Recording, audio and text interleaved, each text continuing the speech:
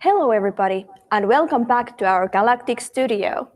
Our space shuttle is now fueled and ready to continue its journey through space and time.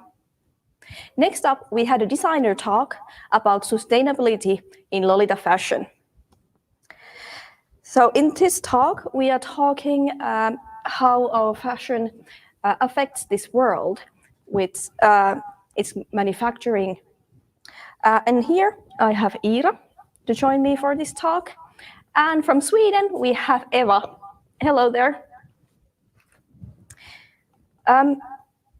So please introduce yourselves and your brands. Eva, could you go first?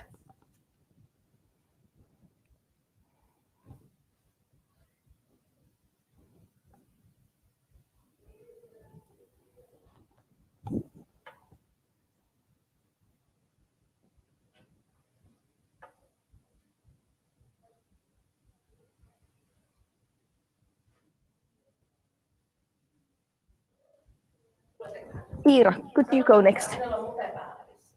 Oh, Eva, I think you have a mute on. Oh, sorry. I thought it was my computer. Should I go again, or do you want to go first? Or? Yeah, go again, please. Okay. So my name is Dejmo, and I own the brand Dejmo. I've been in business making Lolita fashion and alternative fashion for since 2007, so quite a while now. And I'm based in Sweden, and most of the things I make myself. Okay, thank you. Iira, please introduce yourself. All right, hello there. I am Iira, and I'm a designer at Rosa Nitida. I've been basically sewing ever since 2010, and ever since emphasized recycling and sustainability in my work, whether it comes to the packaging or the items themselves. And I'm a designer myself as well. I design for Club Lady. I started my brand in 2009, and I'm from here from Finland. So Eva, you recently rebranded your company as Dejmo. Tell us a little bit more about that. Well, my brand was used to be called Ergi by Piratessan, which was kind of a terrible name because nobody can pronounce it. And also, when I started in 2007, I was 19 or so, and everything is different now, and I felt it was better to have my own brand name instead.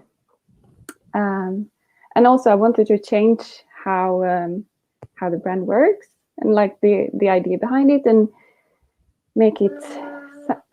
Hey, sorry. Got there. Sorry. So I wanted to change the brand to better reflect like my ideology and my own personal style, because I felt like the brand has sort of shifted into what was popular more than what I really wanted to make and what my personal interests are. So that's the reasons behind it. Yeah, that makes sense. So next for Iira, your label Rosa Nitida is recently re-established with a heavy emphasis on using upcycled materials. Can you tell us a little bit more about the ideology behind your brand?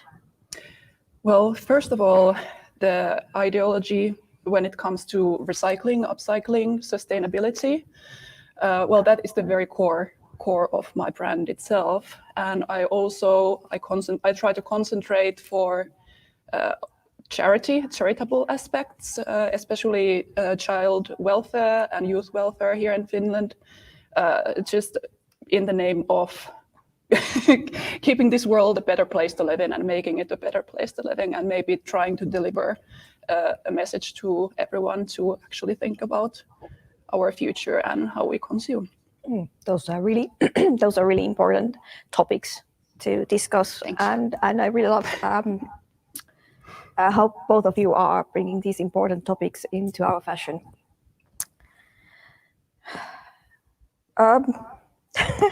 Sorry, We are both nervous, I think. Me too. Yeah, and I know your personally, and I know your reasons behind these charitable causes. So, But this is fun. Go ahead. yeah. So for me, from the beginning of my brand in 2009, for the ethical reasons, I made the choice to only manufacture my garments here in Finland. I mostly make the garments myself, or I use small independent seamstresses to make if I make a bigger line. Also, I have always used like recycled plastic packaging for my garments. I have never bought plastic packaging. And I really like to use fabric that is printed here in Finland, even though it's a bit more pricier, but the durability and the quality of the fabric is so good, and it can be washed in 60 degrees. So for me, it's really important that the garments that I make last long. All right. So in a way, me and Eva have quite similar views towards sustainability. And Iira, your choice is recycling and upcycling. How do you source your recycled materials? And what kind of benefits and challenges there are using these recycled materials? All right. Well, first of all, when it comes to recycled materials, I mainly find them at flea markets. Here in Finland, we are very privileged to have so many good flea markets at hand all over the place, and they are very affordable. So I go around those, and I also get a lot of donations from people from which I also create a variety of items depending on what my client, for instance, wants me to create. And the benefits are, well, first of all, it's cheaper. It's cheaper. Secondly, it's better for the environment, of course. Well, obviously, depending on what kind of recycled or upcycled materials I'm buying. And secondly, it sends a good message also to an ethical message, at least I hope, to other people as well. Yeah, definitely. So those are the first things that came to my mind. Yeah. Yeah. Yeah, I have also sometimes used upcycled materials. I really love buying some vintage laces and materials. But there's like one challenge in using upcycled materials, especially if you are taking apart a garment to get the materials to use. It actually takes a lot of time to take the item apart and make something new out of it. So actually, I wanted to point out that it's not necessarily cheaper because of how much more time it takes to create an item from upcycled materials. Yeah, now I have a question for Eva. Your goal is to eventually only use natural fibers in your garments. Could you explain why using only natural fibers can be a more sustainable choice? Yeah, for me personally, it's many different reasons. But the main reason is when, like, every time you wash something, the washing machine will break apart some fibers from the garments, and most washing machines don't have any filter or anything, so it just goes straight out into the wastewater.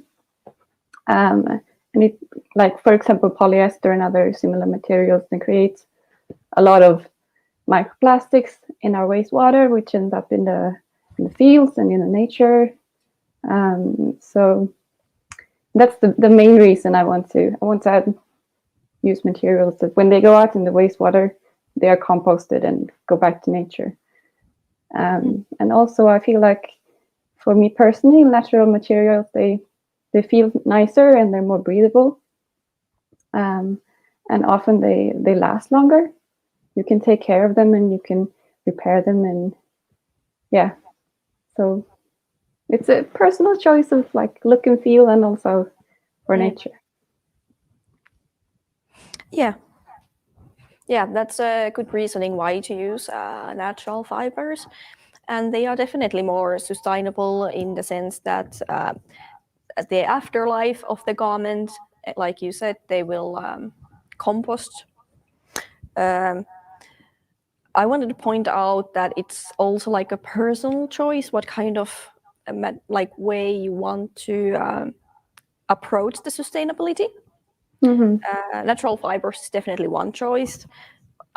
Using upcycled materials is another choice. So I definitely recommend our viewers to search into this topic and what are the options for more sustainable garments. Yeah, and also it depends on what you want the clothing to be. How do you want them to work for you? And I mean, if you choose a natural material and you don't like it and you don't wear it, then it's not sustainable, and it's better to choose a synthetic maybe, or recycled or upcycled. So yeah, that's definitely true. That if you just prefer the feel of like more like silky feeling or something like that, your choice might still be to go for the polyester garment. So and also what the purpose of the item itself is. For instance, some natural fibers are not necessarily the best and most durable option. Yeah, for, exactly. For like, instance, for example, for hats. Absolutely. So it might be, it's not the most durable option. However, we all make these sort of choices, just like you said, that all the viewers and we as well have to make the decision that what is our sustainability, so to say. Yes. And also, like, hats you don't put in the washing machine, so they don't release the plastic, microparticles because you can't wash hats. And like sometimes the non-natural fibers create a more durable hat, so it might be from time to time a better choice for the garment you are making or the hat you are making.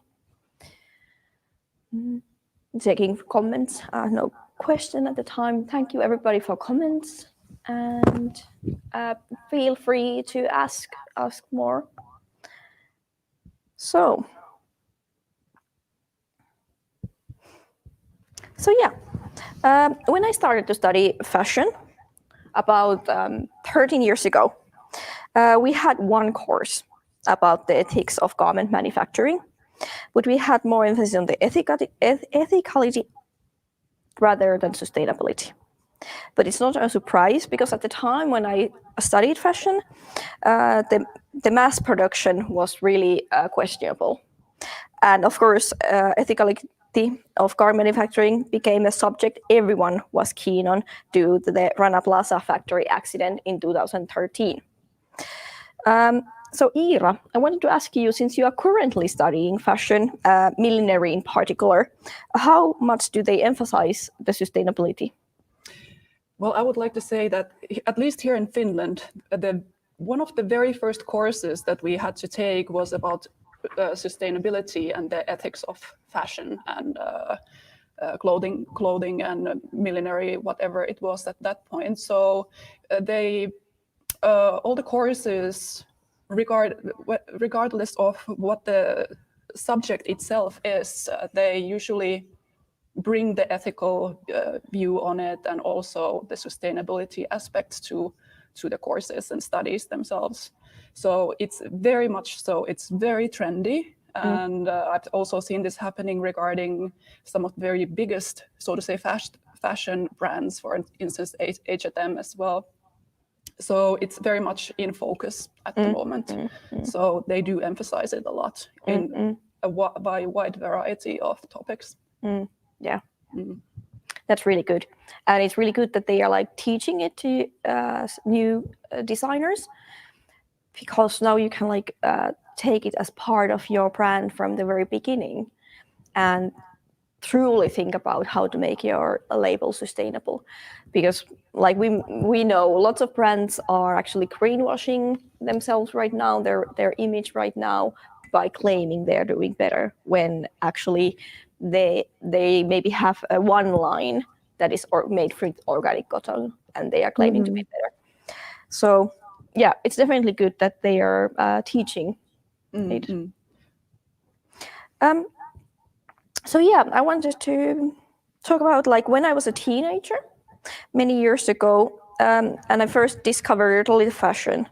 I remember that people were talking a lot how Lolita is sustainable because of the second-hand market.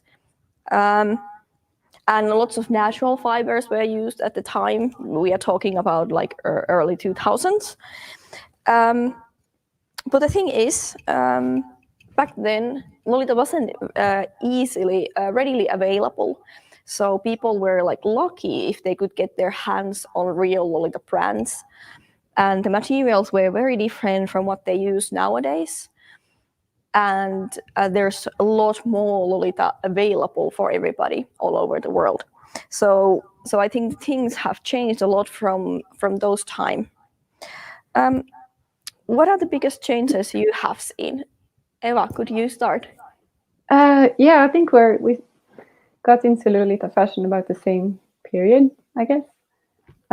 So I remember like the big brands, they didn't release that many prints every year. With a few prints, and they were often screen prints, so very expensive to make, and usually like cotton brocades and stuff were used as fabric for the prints. So I mean, nowadays it's mostly digital prints and polyester, and it's very, very quick to release something new. You can make a design in the computer and it's just printed out like on your desktop printer. So I think that the introduction of digital printing changed Lolita fashion a lot, and both in good ways and perhaps in not as sustainable ways. Yeah, I definitely agree with that. I feel like brands are releasing really quickly these days because it's possible to bring out new designs all the time. Mm-hmm. Definitely have seen the change in the materials because of the digital printing. Although, like, it is possible to print on cotton, but for some reason, it's more popular to print on polyester fabrics. They call it, so to say, or what I've seen regarding polyester, especially in these very cheap, so to say, cheap dresses, they use sublimation printing, which is very fast, it's very clear, and it's actually quite durable as well to a certain point. So you can wash these polyester dresses a lot more than, for instance, the cotton ones that are dyed. So it's seems good. like, However, there is, what I have seen the past years is that Lolita has a fast fashion side to it. Yeah, which is quite. I have very strong opinions related to it. I don't want to bring pressure on anyone. It's just my opinion, and it's a relatively strong one as well. Yeah, I had a comment about it too. Eva, you were saying something. Yeah, I was about the cotton and the digital prints. I think it seems like when you print digitally, the ink doesn't go as deep into the material as with the screen printing. So with the cotton, like the print lies on top, and when you wash it and wear it, the print wears up with the fibers, and you see like white areas coming up. So I think that's the main reason for using polyester. Yeah, that is true. That is very true. Like the early digital printing, it was like bleeding a lot. They were using cotton and the colors would bleed. Mm-hmm. But nowadays the printing techniques are also better. So I feel like cotton printing is not out of question. So I would like to see a change to have more cotton printed dresses. I was also thinking about, I also feel like Lolita has fast fashion, has started to become resembling fast fashion in the recent years. So it's really worrying to me that it has become more common to buy all of the recent releases and then just sell them, because it's actually not so sustainable, because you are like flooding the market and you are buying more and more. So what can you do as a consumer about this Lolita fast fashioning? I guess buy more consciously. You can go first if you have. Oh, sorry. I think a good point is to consider what you buy, and perhaps like before you purchase anything, you think how many uses will I get out of this dress before I sell it? Will it be something I wear on a daily basis, for example, or for events, or just for one time because I don't want to wear it on an event again, or like the more uses you get out of something before you sell it to the next person, the more sustainable it is. So, and also by buying all the releases, we create a demand for it. So yeah, exactly. That's what I was meaning when I said that. Like it's not necessarily good to buy all the new releases, because then it encourages the brands to release more and more faster. Absolutely, yeah. And in general, when it comes to this, Eva said really well that you have to think about it. It comes to any kind of fashion or any kind of items you buy. It would be nice if everyone would think the same way, that you would think carefully what kinds of things you are buying and how long they are going to last themselves. Yeah, it's but definitely this is the overall idea. But yeah, it's definitely a key if you want to build a sustainable wardrobe, to make sure that the items you buy are things you're going to wear a lot and that they're going to last a long time, so that they are good quality. That's the least thing a person could do when it comes to sustainability at first. And definitely one way to help this fashion to become more sustainable is to support the brands and indie brands that are doing better. So that's definitely something every one of us can consider.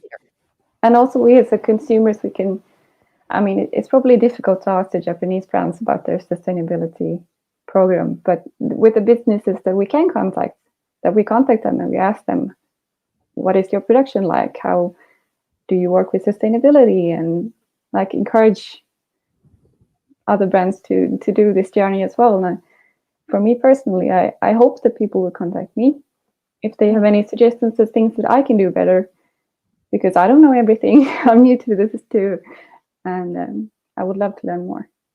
Yeah, definitely. I would be happy to receive questions and like suggestions. What could I do better as well?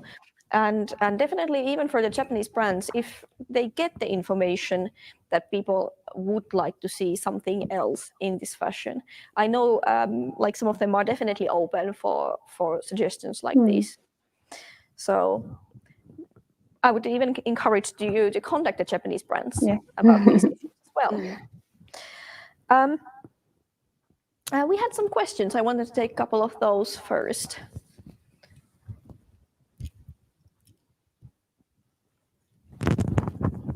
Oh, what materials we think is hardest to find ethically? This person, lace. Vintage lace is the way to go. Yeah, for me, I've been having a bit hard time to find actually like ethically made silk, because it's hard to in different colors. White is available, but then when I try to find black, because of the dyeing of the material, it becomes easily very polluting.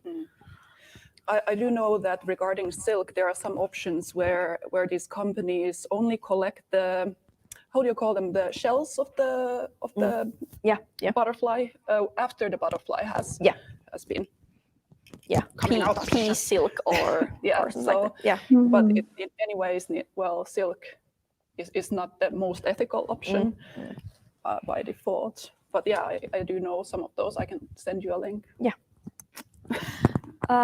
Then we had another question. Do we expect that slow fashion, second-hand thrifting trends, and similar approaches towards better sustainability of fashion to gain more traction in mainstream? It is quite common in Lolita fashion to take good care of clothes so that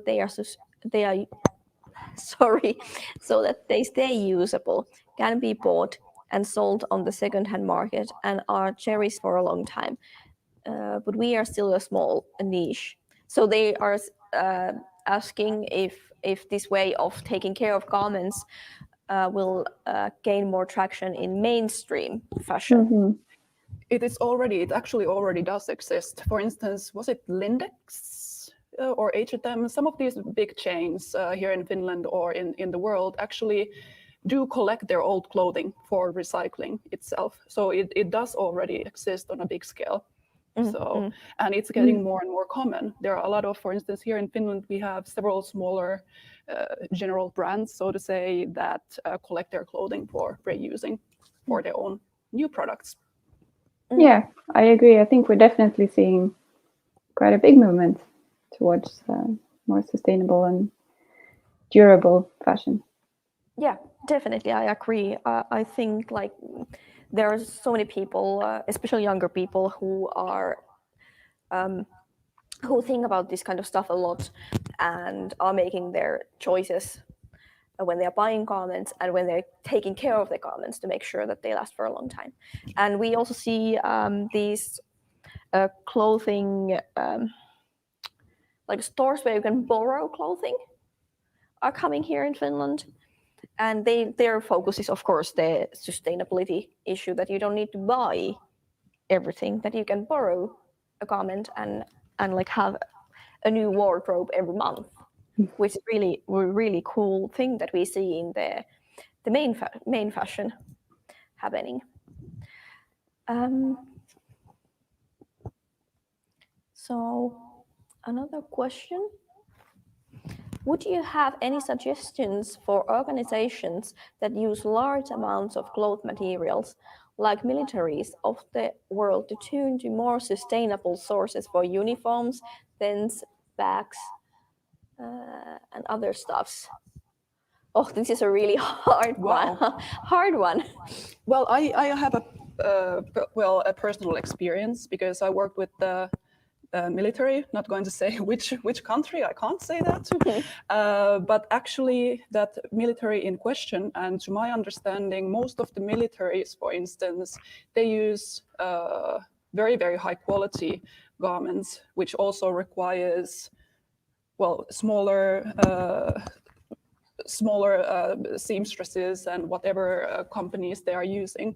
So I would say militaries and this sort of governmental companies are usually very aware of this. And especially here in the north of Europe, we are trying our best, or at least these instances are trying their best to be sustainable as well. Yeah, that is true. I actually also know like our government ordering things from Finnish labels, like creators, to supporting the local manufacturing as well. So definitely these instances definitely are already quite aware of this trend and demand of being more sustainable. But how to make it more, how to make organizations aware? By contacting them perhaps and trying to push them personally, or create our own organization that tries to deliver the message, for instance. I don't have any other idea regarding this. What is the most ideal process from a sustainability view for you all as a designer? Eva, would you like to go first? So the ideal process. Like from start to finish, or? Yeah. It was someone's question, so I assume that is what they mean. Well, I mean, when you create a design, you have to consider what materials you're going to use and where to source them, and perhaps you have to source the materials first and then create the design to work with the sustainable materials that you can find. Could be an idea, I guess. But also to consider the whole process, from how you're shipping stuff to the consumer, and what kind of, perhaps if you have a recycling program, to reuse zippers and other materials and buttons and stuff when the garment breaks. That's something I would love to do. And also perhaps educate the customer on how to take care of the garments to make sure they last as long as possible. Yeah. That's true. Okay. What about you, Iira? What would be like the design process or manufacturing process for you? This is actually a very, well, it's not a difficult question because there are so many favorite processes for me, but because I create very small quantities, usually one piece by piece, very unique items. For me, the ideal situation is that that I can make an individual piece for someone and collect all the different parts of the item together with the client. I really enjoy this sort of things. And I had one client who ordered a vegan hat from me previously. So that was really rewarding to make a very sustainable. It was also from biodegradable materials, from cotton, etc. And she was also on she has a very similar mindset to mine. So we created this hat together, and she was very happy, and just it warms up my heart to do something like this. Yeah, I definitely agree. I have also changed my business towards making custom-made items, because that ensures that I will not create any items that will not sell, because those will become waste. Well, although if I have items that I don't sell, I try to make something new out of them, of course, and not to have waste. But for me, it makes more sense, especially with the hats, because they are very tedious to make, and people always want the accessories to be something that matches their coordinate very well. So it makes more sense to make those as custom-made pieces. I think that's it for me. I think you both really covered this subject really well. There was something. Okay, this is really difficult one though. What do you think makes a brand truly sustainable and ethical? For example, should a brand be size inclusive to be ethical? So this is a really tough one, because like in ideal way, or in ideal world, I think it would be using only natural fibers for everything. Sourcing those materials from places that produce it ethically, and making the garments always like made to order, so that they create no excess whatsoever. And also when it comes to shipping, for instance, taking that in account, either shipping big quantities at once, or finding another way of delivering these items, choosing the packaging, it's a lot of work. This is the utopia we can live in. Exactly. Definitely. And when we go to like Lolita fashion, then coming to laces, buttons, elastics, how do you ensure all of this is ethically and sustainably made, and it's like from natural fibers? It's really not achievable for anyone our size. Yeah, and for example, I've been searching for natural material interfacing for a very long time now, and I've been looking at horsehair, like the tailors using suits and stuff. Yeah. Because I thought that must be natural materials, but no. So I mean, those are kind of things. I think it's I guess more important that these items can be removed from the fabric when you recycle the item, so it's not stuck or like infused in each other, and you can compost the main garment and then remove the plastic bits. Yeah, that's a really good point. Actually, really good point. And then we also like come to the matter that sometimes like the artificial materials are more durable. Like I was taught in school that cotton thread is not a very good choice for garments because it breaks easily. So our teacher in our like sustainability course, we were taught that a polyester thread is a better choice because it ensures that the garment will last for a long time. So right now, I know there are actually other options nowadays than cotton thread, but these are not easily available for anyone our size. Yeah. So these choices are very hard to make, and definitely for like indie brands, we have to make choices that what works for us and what kind of materials and choices are available for us. And also we have to consider like we were talking about before, like upcycling something, it takes a lot of time, and time is money too. So like with cotton, maybe you can use cotton thread, but you have to use another seam that it's more durable in itself. So it's not as much tension on the thread itself. So then you have to invest money in that, and it's more expensive. And yeah, Exactly. It's definitely hard choices that you have to make when you're trying to make your stuff as sustainable as you can. I think that's all that we can do as designer to make it as sustainable as it's possible for us to achieve. Because I definitely have many times felt like, why am I creating more stuff in this world? Why am I being a designer? I could do something totally different that would be much better for our planet. Plant trees in the desert. Not me. I really want to have this panel, because I know that this is something Iira definitely also shares with me, this struggle of being a designer while these sustainability issues are really close to our hearts. And I think you probably, Emma, share this. Yeah, like this bad conscience in the back of your mind all the time. Will this really be useful, or am I? But it's also like art and fashion and all these kind of things are what makes life fun. And it's also, I mean, it's important to have this balance between what's fun in life and doing this in the best way you can. Because I mean, if you don't allow yourself to have any fun, or like do your hobbies and meet your friends that you make through your hobbies and etc., and True. And actually, it's not so sustainable either. So yeah, that's actually very true, and we talked about that before.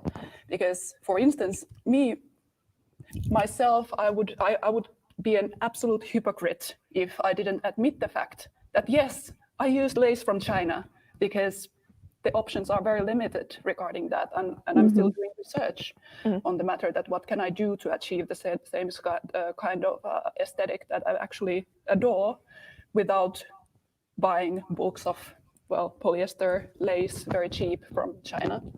So, and I try to forgive this to myself, because this is supposed to be fun, definitely. Yeah, and definitely for me, like, I just can't stop being creative or doing creative work. So I would, even if I didn't have my brand, I would probably be creating things and producing stuff. So and also I feel like if people who talk, or brands that talk about this kind of issues, who are taking steps towards making our fashion more sustainable, weren't there. If we all just quit because why are we creating more stuff in this world, then there are only the people who are happy to create more stuff in the world left. So in that sense, I feel like it's also good that we keep doing what we are doing, and offering the alternative, or offering them hopefully in the future, because I'm definitely not there yet where I would like to be. And that we can talk about this even more. Exactly. There's another designer commenting that they also feel that existential problem as being a creator. Yeah. So that leads to another question that I had in mind, that are indie brands automatically more sustainable choice or a more ethical choice? Because ethicality is also a very important matter to discuss about. Eva, do you have I would say, I guess indie brands are usually a little bit more ethical and sustainable, because so many of us make the items ourselves. So the production is sort of, I mean, you won't torture yourself when you're making something, but it's also, I mean, perfectly possible to be a terrible indie brand and buy from very bad sources. And I mean, also as a small manufacturer, you don't have the possibility to visit every supplier. So it's very hard for us to be completely sustainable and be sure all the time that we get what we are promised. For example, we can ask the supplier to pay the workers a good money for their work and not throw stuff in the ocean, etc., etc. And maybe they do it anyway. Like, we don't know, and we can't go to every factory. And Yeah. I mean, Yeah, so if we ask from the factory, they can use a subcontractor to make the garments. Yeah. Like if there's a brand who is getting their items made in a factory, so there's always a chance that the factory that you have checked that this is a great factory. I'm really happy to work with that factory. But because our collections as indie designer, as a small brands, are always very minor to any factory, there's always a chance that they don't really care for us being their client that much, and they might subcontract that order to someone, some other factory. And also like disregard what we ask for, because we're not important. Like, it's quite common that as a small purchaser, your demands and what your requests are like completely disregarded because you're not important. It doesn't matter if you're not the returning customer. And that's also one of the main reasons I decided to like change my brand and make it into Dejmo instead of what I had before, because I want to make stuff that I can truly stand 100% behind. And absolutely, when it comes to this topic, there are many kinds of indie brands, just like in any other industry. There are many kinds of companies. However, what I would try to, if I were to say, if people did as I said, that was very badly said, but they would open their whole production, so to say, how do you call it, production process itself, and be very open regarding it. For instance, have this information on their website. Actually, very big companies already do have this, or at least they are trying to do it, so that people could, and especially young people who are very aware about this topic, they could make this decision as well as they could in regards to choosing the most ethical option, whether it comes to indie brand or some bigger brands. If we all put this information very clearly on our website or wherever that is. I'm really bad at this. Like, I have always done certain things from the sustainable and ethical point of view, and I have never written these anywhere visible for my clients.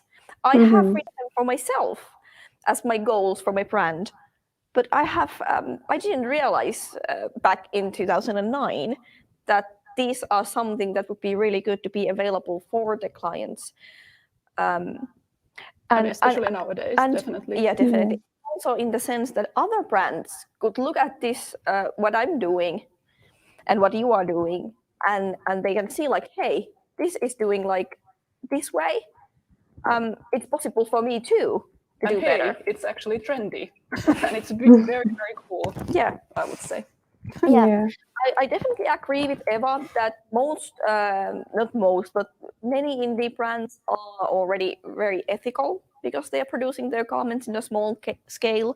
A lot of them are making the items themselves, and very sustainable because it's just makes sense to use your materials, like not wasting any of it, to use it all.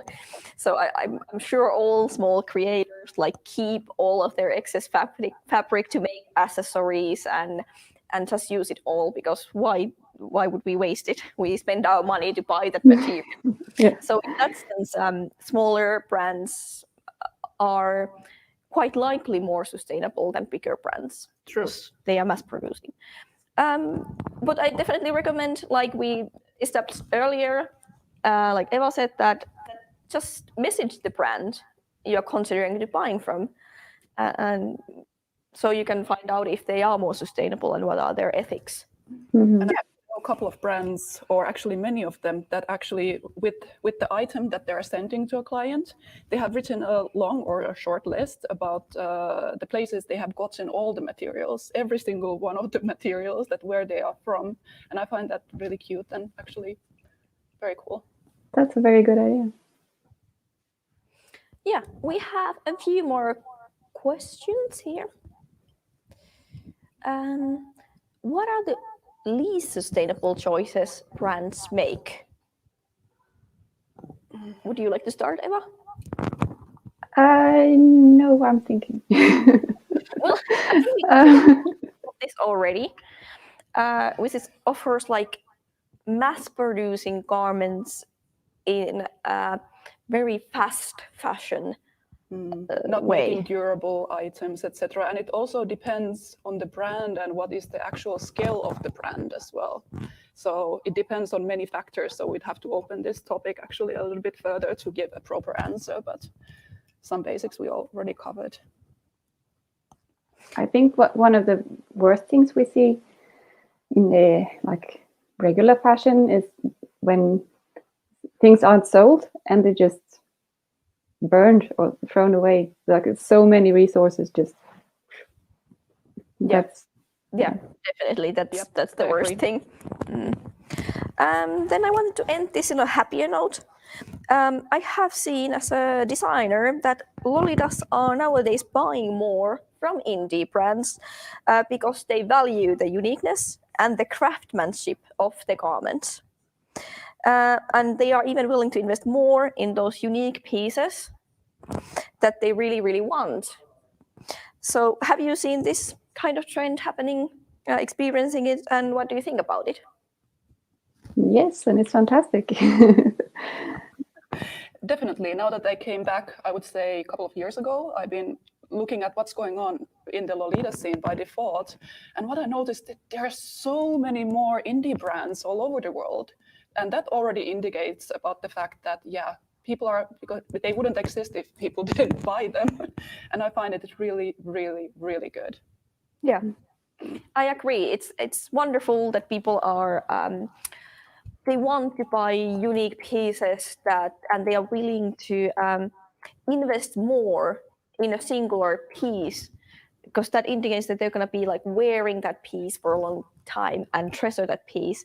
And that's all I want for any of the garments that I make, that people will like truly love them and keep that garment in their wardrobe forever. Yeah. All right, so we are now running out of time. Do you have any final words you would like to say? Yeah, I just want to stress the fact that nobody can be perfect when it comes to sustainability, and every little thing that we try to do and try to be better is good, and not to be too hard on yourself and do whatever you can and take care of the stuff you got. Mm. Oh my God, I wanted to say the same thing as you did. Sorry. Whatever, you took my words. Anyways, I would even like to push people, not in a bad way, but I would like to push people to think a little bit more how they consume, whether it comes to fashion or whether it comes to anything. I am not an angel when it comes to that myself either. I make very bad choices myself sometimes, but if I could improve my way of thinking and make better choices in my life or regarding fashion or anything else, then that's already a good start. Those are really good tips and things to think about. I really agree. Like, don't be too hard on yourself. Go online, research about this topic, join the alternative sustainable alternative fashion lovers for sustainability group in Facebook. There's lots of information online how you can build your wardrobe in a more sustainable way. And this also goes for Lolita fashion, to really think about what kind of pieces you need in your wardrobe. Like, not just buy like, oh, this is a nice one, and then it's not something that really goes with your wardrobe. So there are very easy tips and steps to take to build your wardrobe in a more sustainable way. Yeah, I think that's all. Thank you, Eva, so much for joining us. And thank you for having me. Bye. Again. Bye.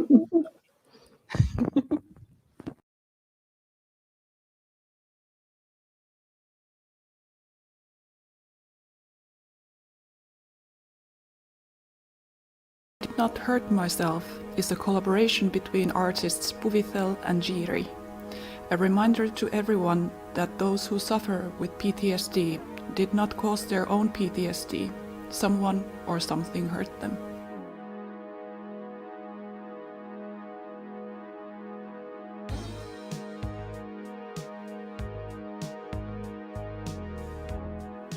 Bibelo Rose inspires and informs aspiring and veteran Lolitas alike to overcome self-doubt and to discover their most authentic identities through Lolita fashion.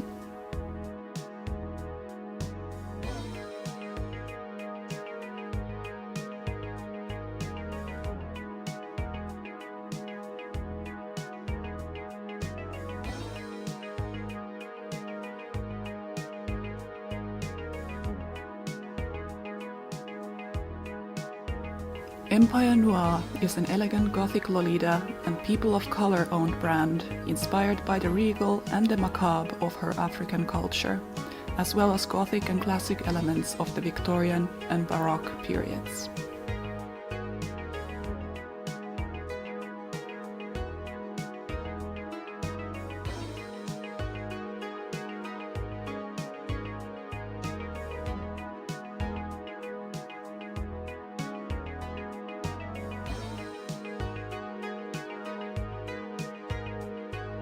Cloudberry Lady is a Finnish Lolita fashion label specialized in millinery and custom-made garments. The label creates long-lasting, high-quality garments and headwear inspired by fairy tales and bygone eras.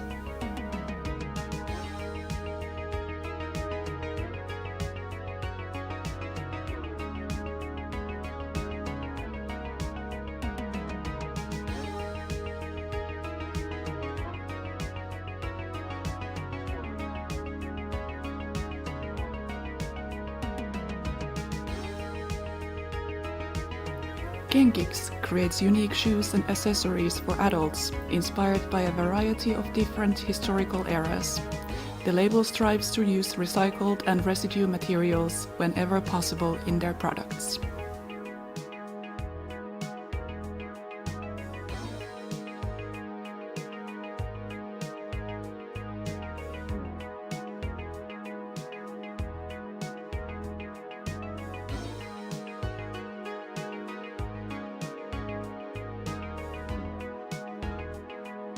At Wonderworld, you will find clothing both used and unused from many popular Gothic and Lolita brands. Wonderworld is a shop to turn to for your most authentic Lolita dreams. During Hello Galaxy event, Wonderworld offers a -1,000 yen coupon code for orders above 10,000 yen until April the 30th. The Chinese Lolita brands Long Ears and Sharp Ear Studio and Pink Up have a variety of different lucky packs reserved for Lunar New Year, including clothes and accessories depending on your order. All designs shown are up-and-coming releases. Orders made in the duration of Hello Galaxy can get a tote bag of their own choice by quoting Hello Galaxy at checkout.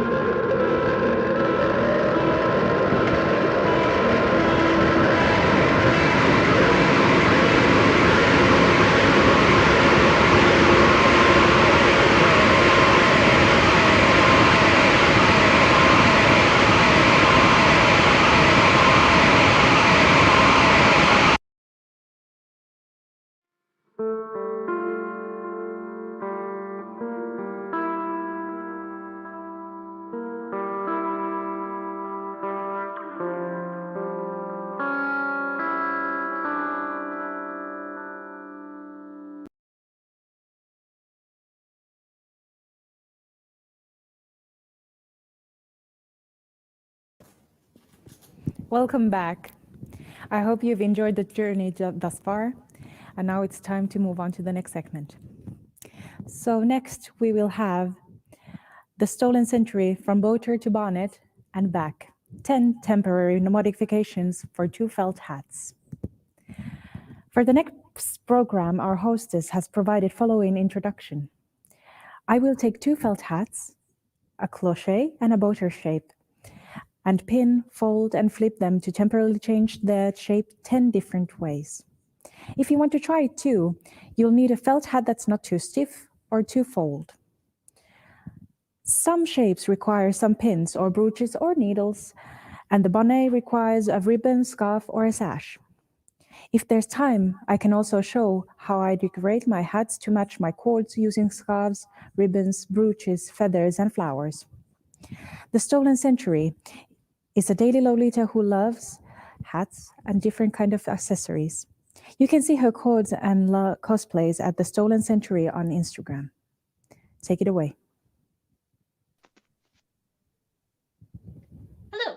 Hi. I go by. Well, thank you for the introduction. And I would like to convince you in this panel today that hats are the best and easiest way to add some fanciness to your wardrobe. The best thing about hats is that they are, fittingly with the topic of the previous sustainability panel, which we found really cool, very sustainable. So because you can just turn one hat into like 5 different hats without needing to buy anything else. Okay, I'm sorry if the things I'm going to tell you are super obvious or completely incomprehensible. Feel free to ask questions and I will try to answer them.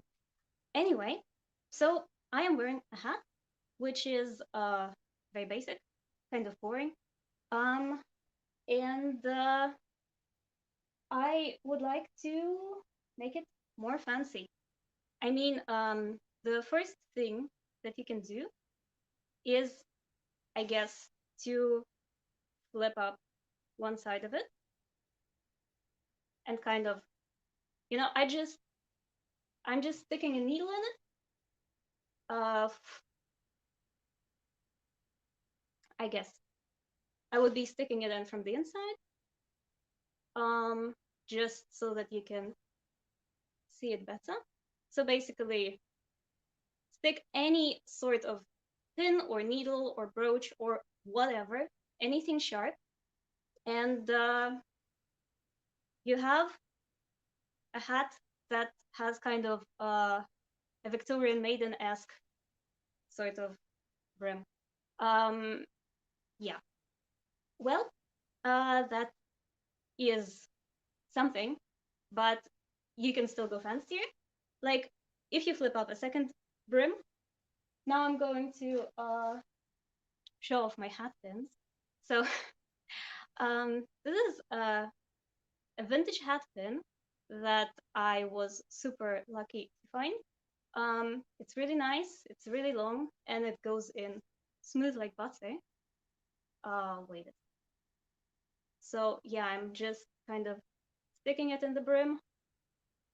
But again, it doesn't have to be a hat pin.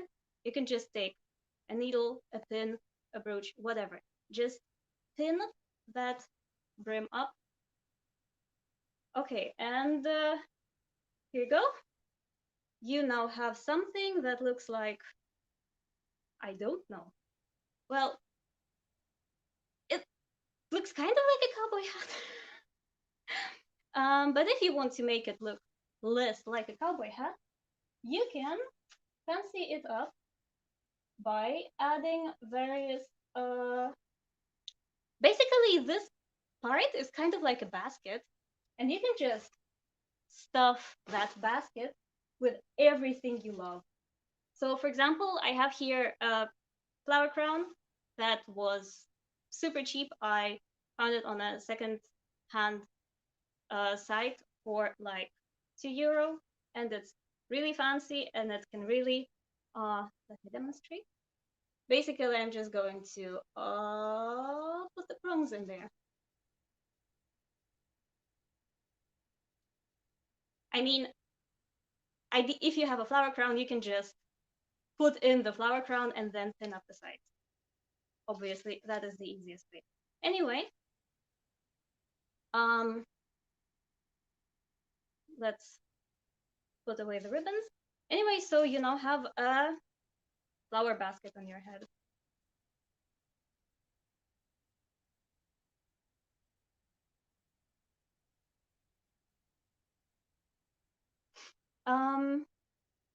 Okay, so obviously it doesn't have to be just the flower crown, though flower crowns are easy. I found this thing in decorations, floral arrangements type of shop once, and it was like a straight steel pin with some feathers attached to the top, and I bent it just with my bare hands. You don't need any instruments for that. And I bent it, and now I'm going to kind of like insert it into the hole that I made. And here we go. We have a fancy hat that is stuffed with feathers and has kind of a Robin Hood type look.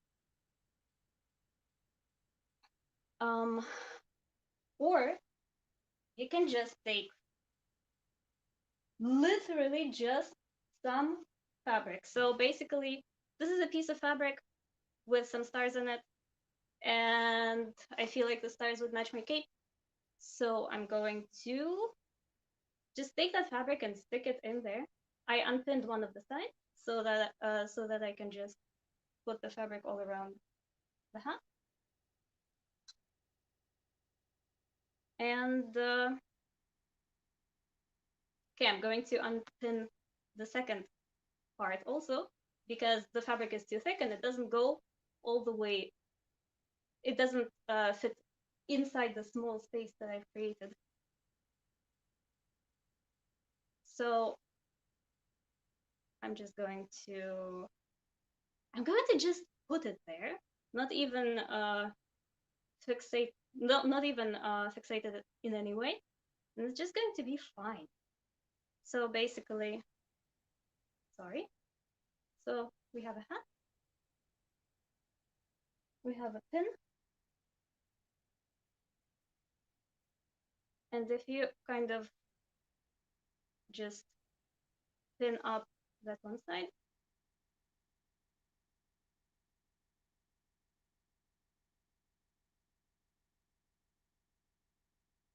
you have a way fancier hat. And again, you can pin up the other side to get that kind of basket look.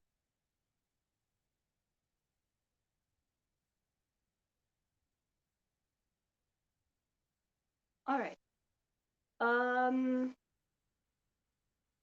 And of course, you can put in feathers. Feathers are great. And also surprisingly cheap. You can see this bushel of basically, I don't know if you guys have ever bought feathers or no, but I encourage you to do so, because at least in Germany, this couple of really nice ostrich feathers only costs €1.50 to €2. And they are a fantastic way to make your hat look way more fancy. Just like so fancy. Okay. That's the basic stuff. Well, we have pinned up one side, we have pinned up two sides, and obviously we can also pin up 3 sides, creating a pirate hat. Okay, again, I go in with the hat pin. But for a pirate hat, you can, like, brooches are really the best way to go. Or if you have anything, well, if you have like bows that match your dress or something, those are also a great way to go. So basically you just pin up one side, pin up another side.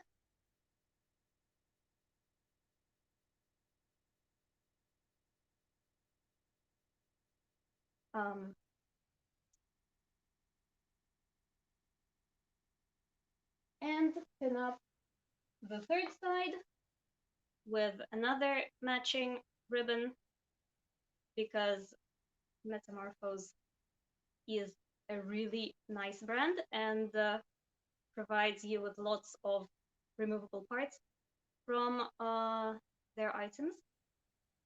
So basically, whenever I get a Metamorphose dress, it actually comes with like a lot of accessories. Anyway, so pirate hat. Again, particularly for a pirate hat, you can really bring it to the next level with, oh my god, with feathers. You can just kind of stick them in there and it'll look great. No matter where you put them, it'll look fantastic. I really love pirate hat. Okay, but this pirate hat has one aspect in which it does not look very historical. Namely, it kind of has this round crown. So we can just, in historical pirate pictures, they're usually like flat. So what we can do is just kind of. So this hat is very malleable. It's not stiff at all. And you can just push in the crown with absolutely no problem whatsoever. And if you do it on your head, then you can just push the hat back up. You can just plunge it down around your head and kind of run your fingers along the thing. And voila, you have a way more historically appropriate hat. It's flat. It's nice. I like this flat crown way better. And it doesn't look too bad if people are taller than you and can see the top of your hat. Particularly, again, if you cover it with feathers. Now, let me just say, you do not need to sew the feathers in or anything. You can just pin them down, or you can use this sort of alligator clip to just, oh, that's not helpful. Sorry. You can just use an alligator clip, clip the bottoms of the feathers, and attach them to like a ribbon or whatever you have on your hat. And it will hold, unless it's a particularly extremely windy day, in which case maybe put in some sewing stitches, but really most of the time you don't have to. Or at least I don't have to, living in Germany where it's not particularly windy. All right, so pirate hat. Now this crown kind of looks a bit ratty, so let's see if we can make it nicer. All right, so instead of just leaving it like this, you can you can make the hat even flat. You can make the crown even flatter. I basically always just, yeah. So basically you just push the brim in further as far as you want. Literally, you do not need to leave any brim on the outside. It's fine. So the ribbon around my hat was not sewn on top, only at the bottom. So there's this weird shape that you can see. And then what you get is, so this is the inside of the hat. This is the hat upside down. Now this is the proper side up, and you can again just push it outwards with the top of your head for a first basic thing. And then you can, you know, run your fingers along the brim to smooth out any unpleasant looking bubbles you might get. Some of the inside ribbon got flipped over, so let's put it back in, and let's get rid of those bubbles as far as we can. Well, it doesn't look perfect, but it doesn't have to, because you don't have to leave the hat like this. You can, okay, so let's say this is it. It is a much flatter hat now. I really like it this way. It looks like those, you know, Marie Antoinette Bergère hats. And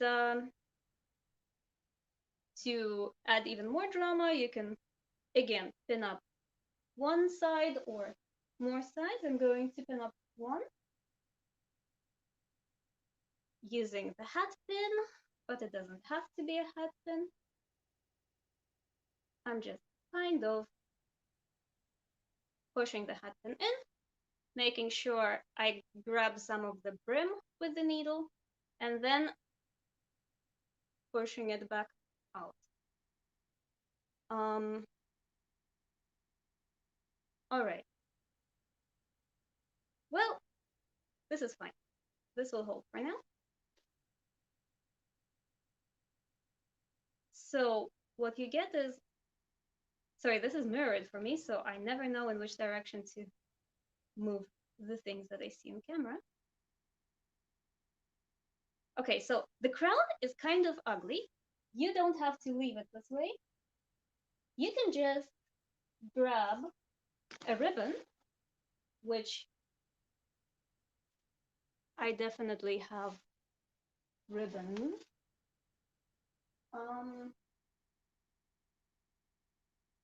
Just a second.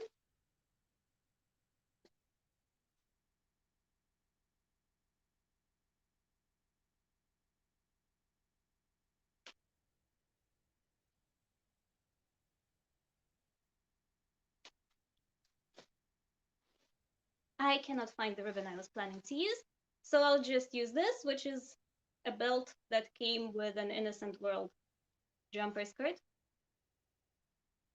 So what I do is I kind of just tie a bow, and then I pin the bow against this back of the hat so that it's kind of like a little backdrop that shows off the bow, which I think is really cute. So here we have the bow, and I'll just grab some needles. I mean, you can take care with it and pin the needles in such a way that they will not be visible, but I just want to do it quickly as a demonstration. So I'll just stick some needles in. Okay. And then you can just continue pinning these ribbons along the brim to kind of hide it. You can do it in any pattern that you like. I like just folding them when I have a lot of ribbon. You can just fold them over each other so that they make these nice waves. So I'm putting in a second pin, grabbing more pins,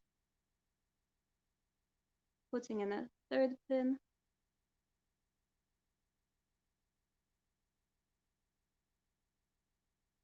So basically, let's see which is the correct side to show.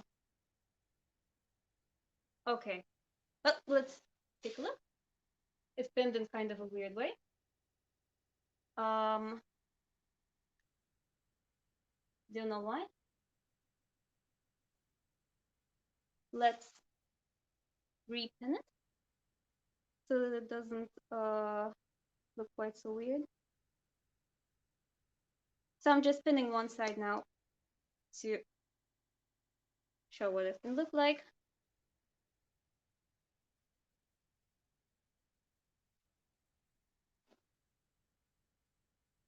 So yeah, you can have a fancy Marie Antoinette hat with something. Or if you don't feel like pinning, let's get all those pins back out. And get the ribbon off.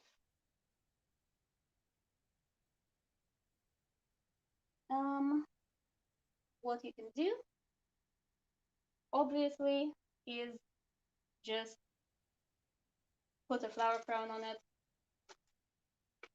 Let's see. Here we have. Okay, then. I brought too many flower crowns.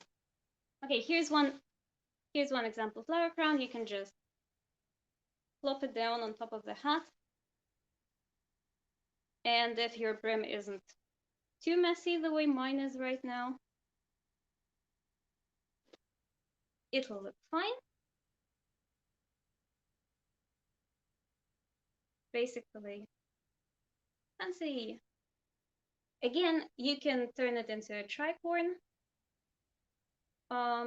If you want, like if you pin these two sides, you can do anything you like with it now that it has a flat brim. Okay.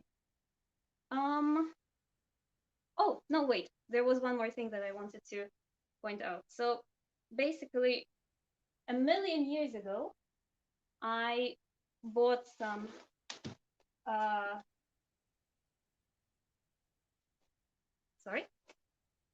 I bought some black tulle fabric with like netting with dots in it, and it's really cute, I think. And I think it works as a veil. Even, I mean, it was like everything I'm showing today, it was extremely cheap.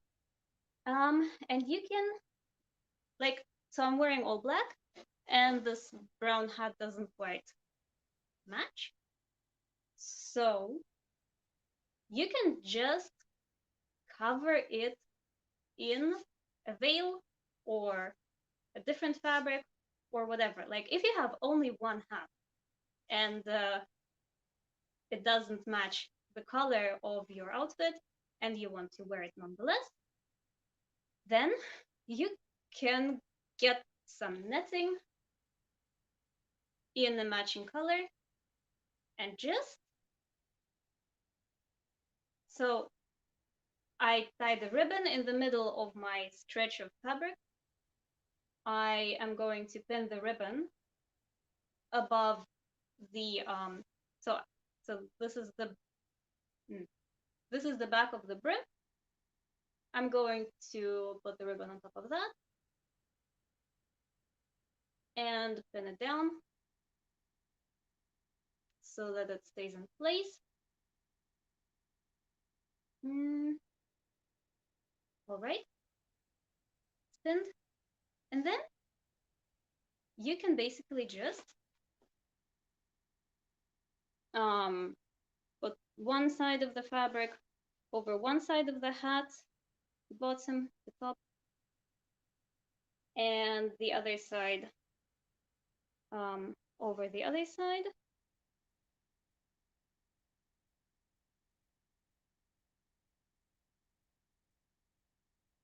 You can put in a couple more pins to make sure that it holds. Wow, you really can't see anything. And yeah, where the netting is very thin, you can still see the brown hat through it. But if you put some, I don't know, like if you have a head bow or whatever, and you just kind of plop it on top, then you have, then you can kind of, basically then you have a super fancy hat. And if you add some feathers, as ever, it's going to be even fancier.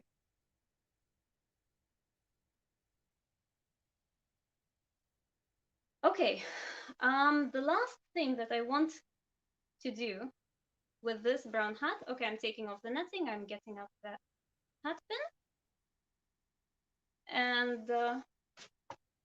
and I am unflattening it again, getting the brim back up.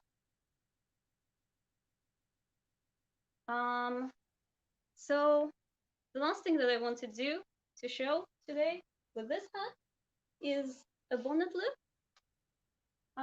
So basically, to do a bonnet loop, you can just put the hat on the back of your head and then take any sort of ribbon or scarf or whatever. I'm going to just grab this is a necktie from a blouse, like the necktie came with a blouse. So okay, so what I do is so this is the back of my head, and I'm putting the ribbon over the brim, and then I'm just going to tie it around my neck. All right, and then I'm going to, well, actually the brim already pushed itself over the ribbon.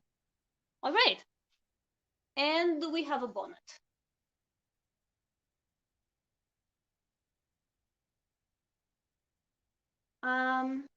Yeah, it's basically done.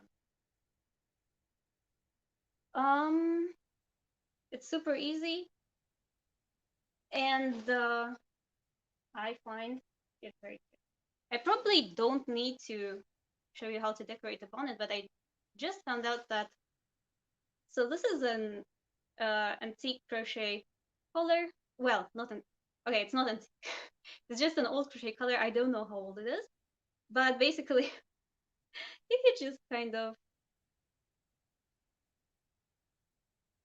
put it on your head, you can create kind of a cute frill for your bonnet. Of course, you can put hair bows on top to add some cuteness. You can again wear so this is another flower crown, again €3 or something.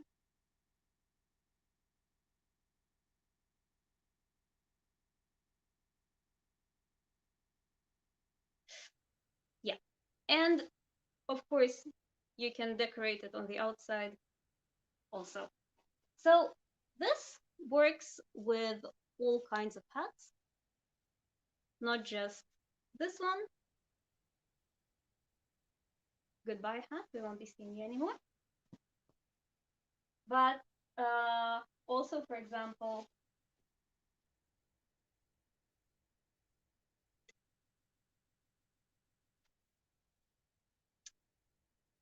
a crochet hat. So this is a typical crochet hat, right? Well, again, if you put it on the back of your head and flip up the brim.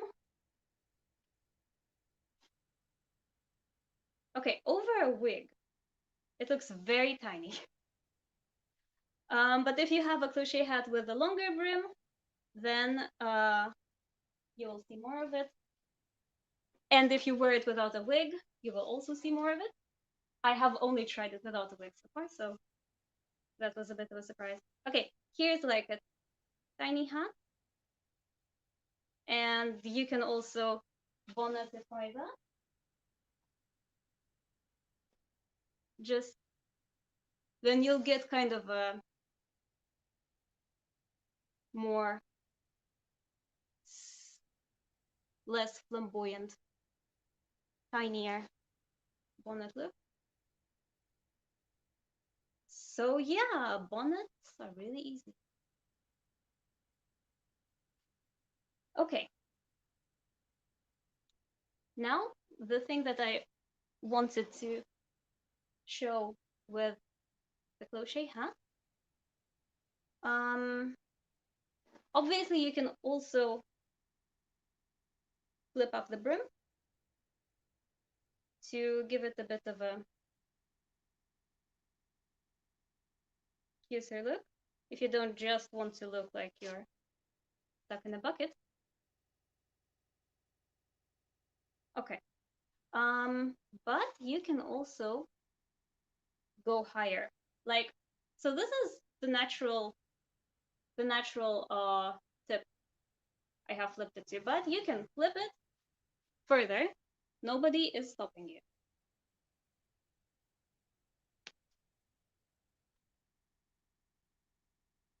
Basically, you can flip it up as high as you want, unless your hat is very brittle. And what you get is kind of this.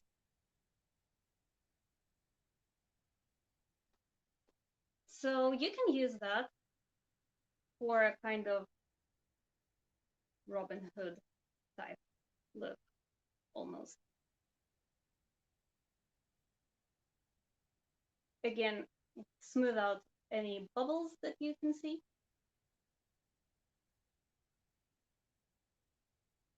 And just put your hat on.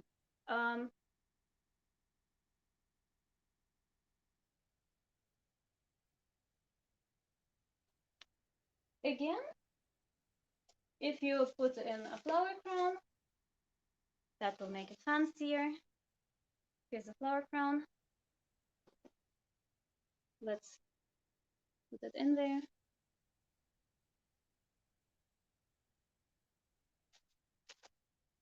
Okay, wow, it doesn't want to go in.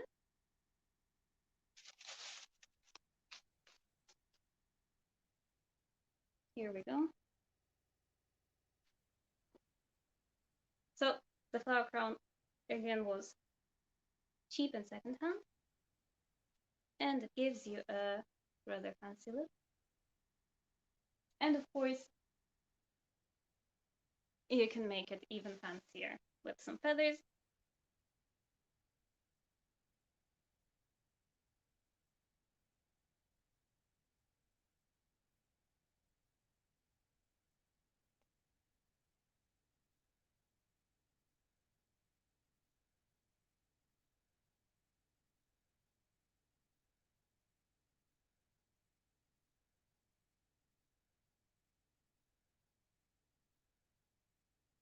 Now you can also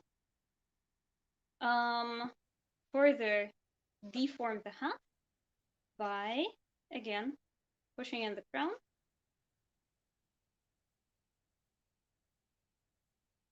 And pushing it back out.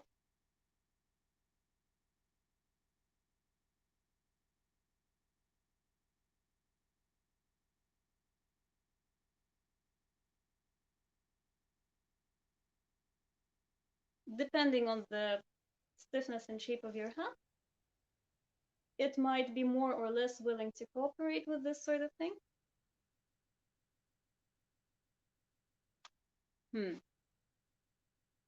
Now, let's see. It kind of looks. It doesn't. Anyway, I'm pushing it further in so that it will have more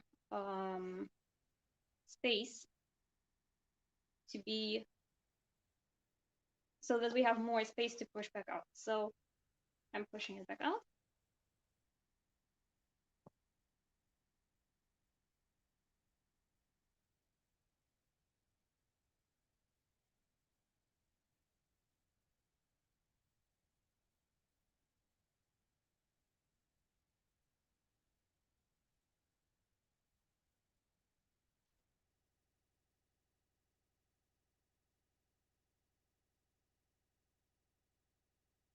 So yeah, this way you can get something that looks really weird, which is always what I strive for.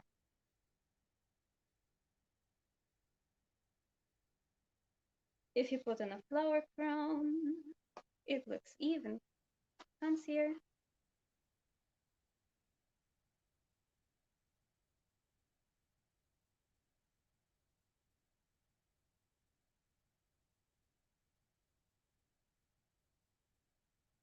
And of course, you can add drama with feathers.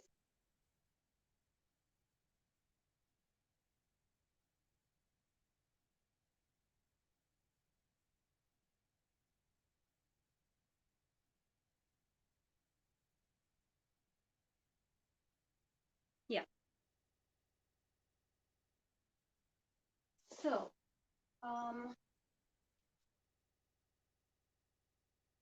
one final thing that you can do with it, as the brim is flipped up, is turn it into a trilby.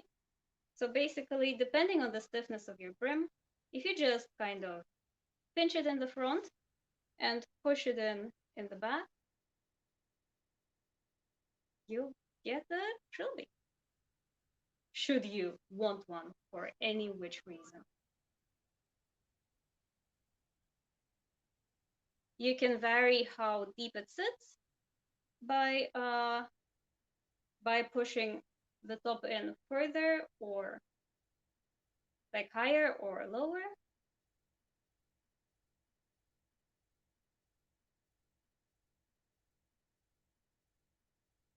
And you can make it more or less pointy in the front by pushing the brim higher in the back.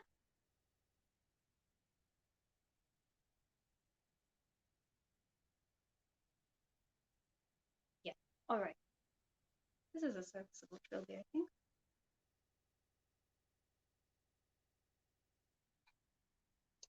And this should work with all hats that are not too stiff or brittle to hold. I haven't tried it with straw hats yet because all my straw hats are very hard. But here's an example of a super cheap H&M hat that is very stiff and kind of deformed, if you can see, from having been sewn up into a pirate hat for like 10 years. And even if you have like an old dinged up hat with a brim that doesn't look too great, so basically if I just put it on like this, it looks terrible. What is this? It is floppy. You can still rescue that. So what I would do would be look for a part of the brim that doesn't look too bad. So this looks relatively straight and okay. Let's say this will be the front. And then just thin up the back so that it will be less obvious.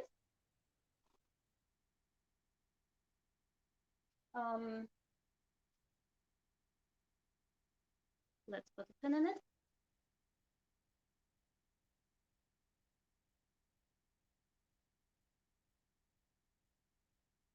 Okay, so the back is pinned up. And now I'm just going to turn it into another Marie Antoinette Bergère hat. By the way, speaking of pins, I have found out that it's very important how what kind of pins you buy, because I bought a set of pins at the Euro store, and they are terrible. They snag, they are dull, they're impossible to put on.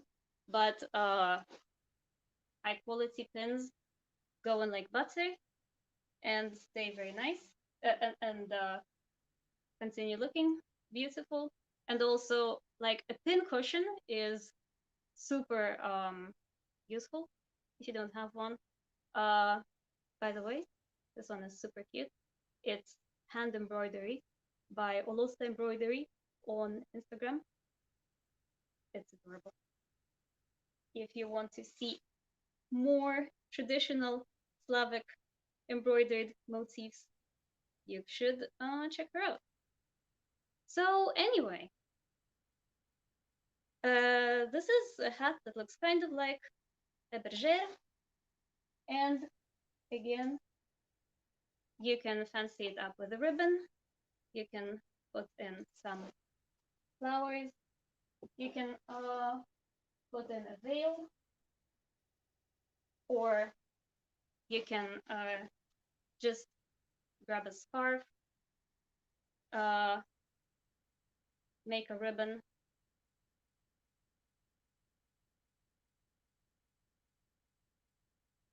make a huge ribbon, and basically just kind of, put it there.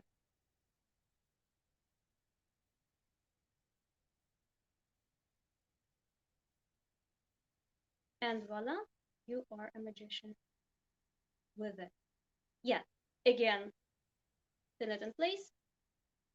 Maybe put in some feathers.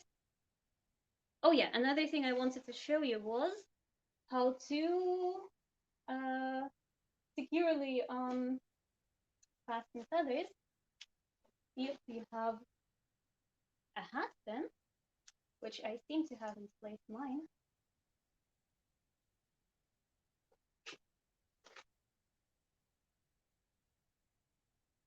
Okay, so this is basically a hat pin that is just not, that doesn't have anything to pretty it up.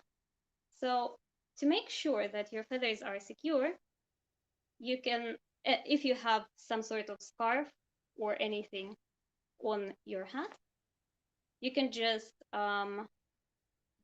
basically, so if this is the front side, you just go in with the pin into your scarf behind the feathers and just very tightly hold them in. If you have a pin and do not have any sort of alligator clip, or are already using your alligator clip for other purposes, this is pretty secure. It's hard to, like, I cannot tug these feathers out, and I'm sure the wind couldn't either. So yeah, this was my panel. I hope I inspired you to wear more hats and to be more sustainable and to not buy new things before thinking whether you can make other things out of your old ones.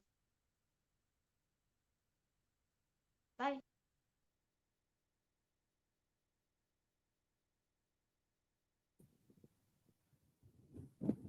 Thank you to the Stolen Century for the lovely panel. Now we'll be taking a 15-minute break, and and after that we'll be back with some more program from our wonderful producers. Thank you.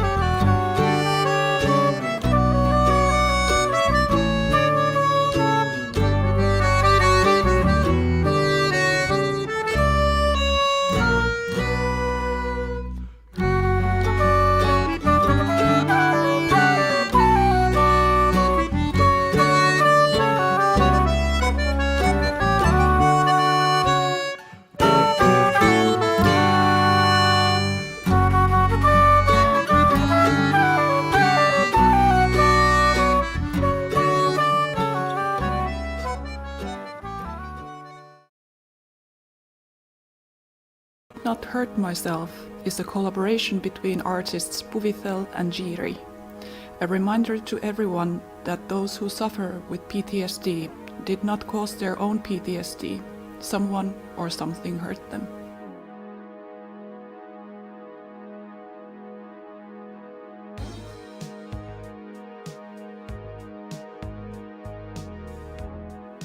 Below Rose inspires and informs aspiring and veteran Lolitas alike to overcome self-doubt and to discover their most authentic identities through Lolita fashion.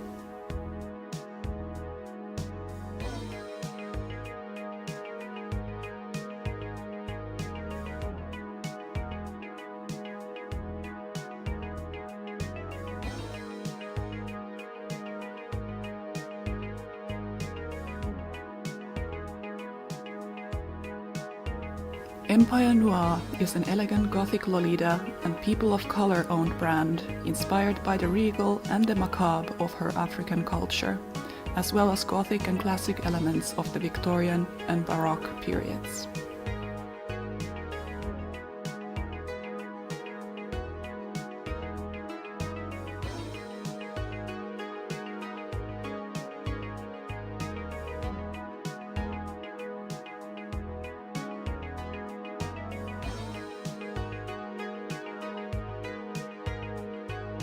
Cloudberry Lady is a Finnish Lolita fashion label specialized in millinery and custom-made garments. The label creates long-lasting, high-quality garments and headwear inspired by fairy tales and bygone eras.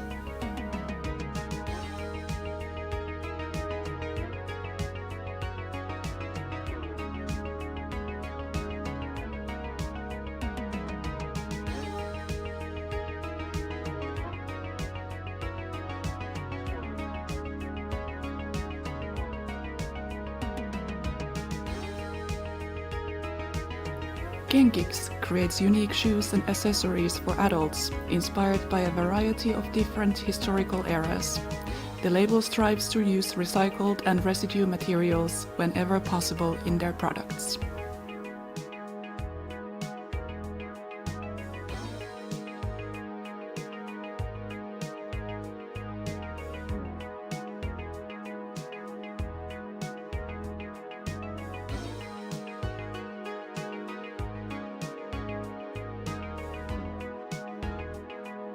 At Wonderworld, you will find clothing both used and unused from many popular Gothic and Lolita brands.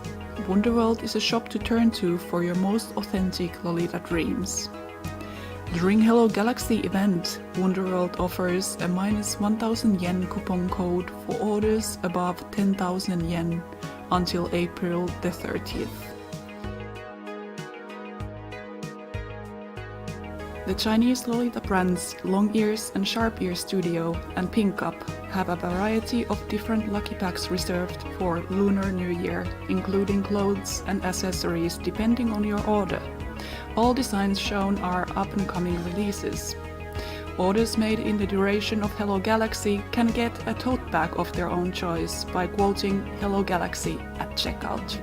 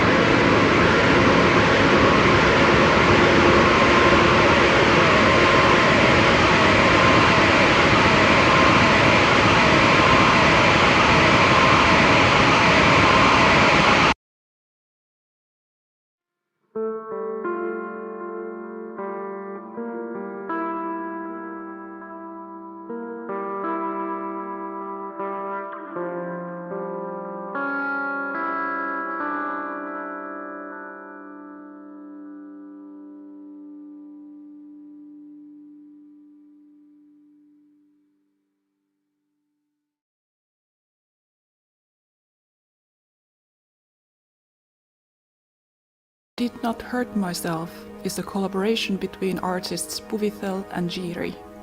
A reminder to everyone that those who suffer with PTSD did not cause their own PTSD. Someone or something hurt them.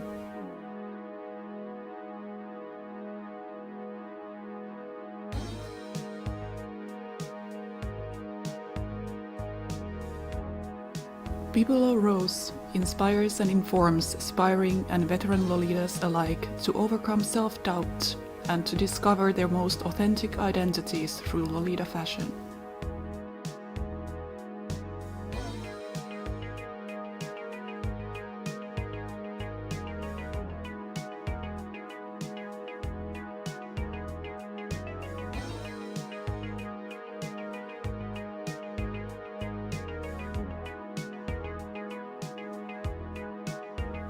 Empire Noir is an elegant Gothic Lolita and people of color owned brand inspired by the regal and the macabre of her African culture, as well as Gothic and classic elements of the Victorian and Baroque periods.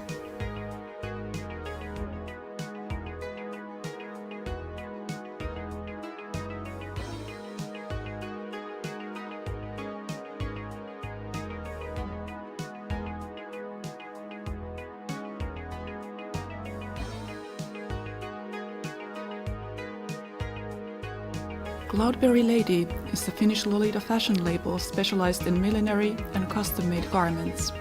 The label creates long-lasting, high-quality garments and headwear inspired by fairy tales and bygone eras.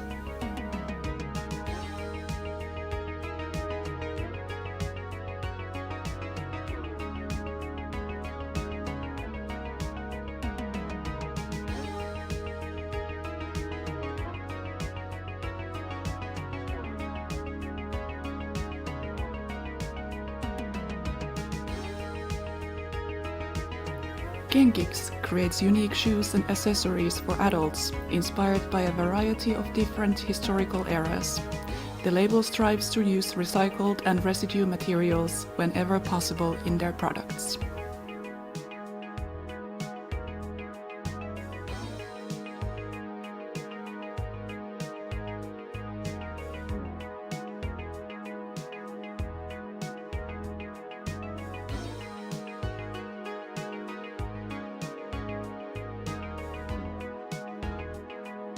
At Wonderworld, you will find clothing both used and unused from many popular Gothic and Lolita brands. Wonderworld is a shop to turn to for your most authentic Lolita dreams. During Hello Galaxy event, Wonderworld offers a -1,000 yen coupon code for orders above 10,000 yen until April the 30th. The Chinese Lolita brands Long Ears and Sharp Ear Studio and Pink Up have a variety of different lucky packs reserved for Lunar New Year, including clothes and accessories depending on your order. All designs shown are up-and-coming releases. Orders made in the duration of Hello Galaxy can get a tote bag of their own choice by quoting Hello Galaxy at checkout.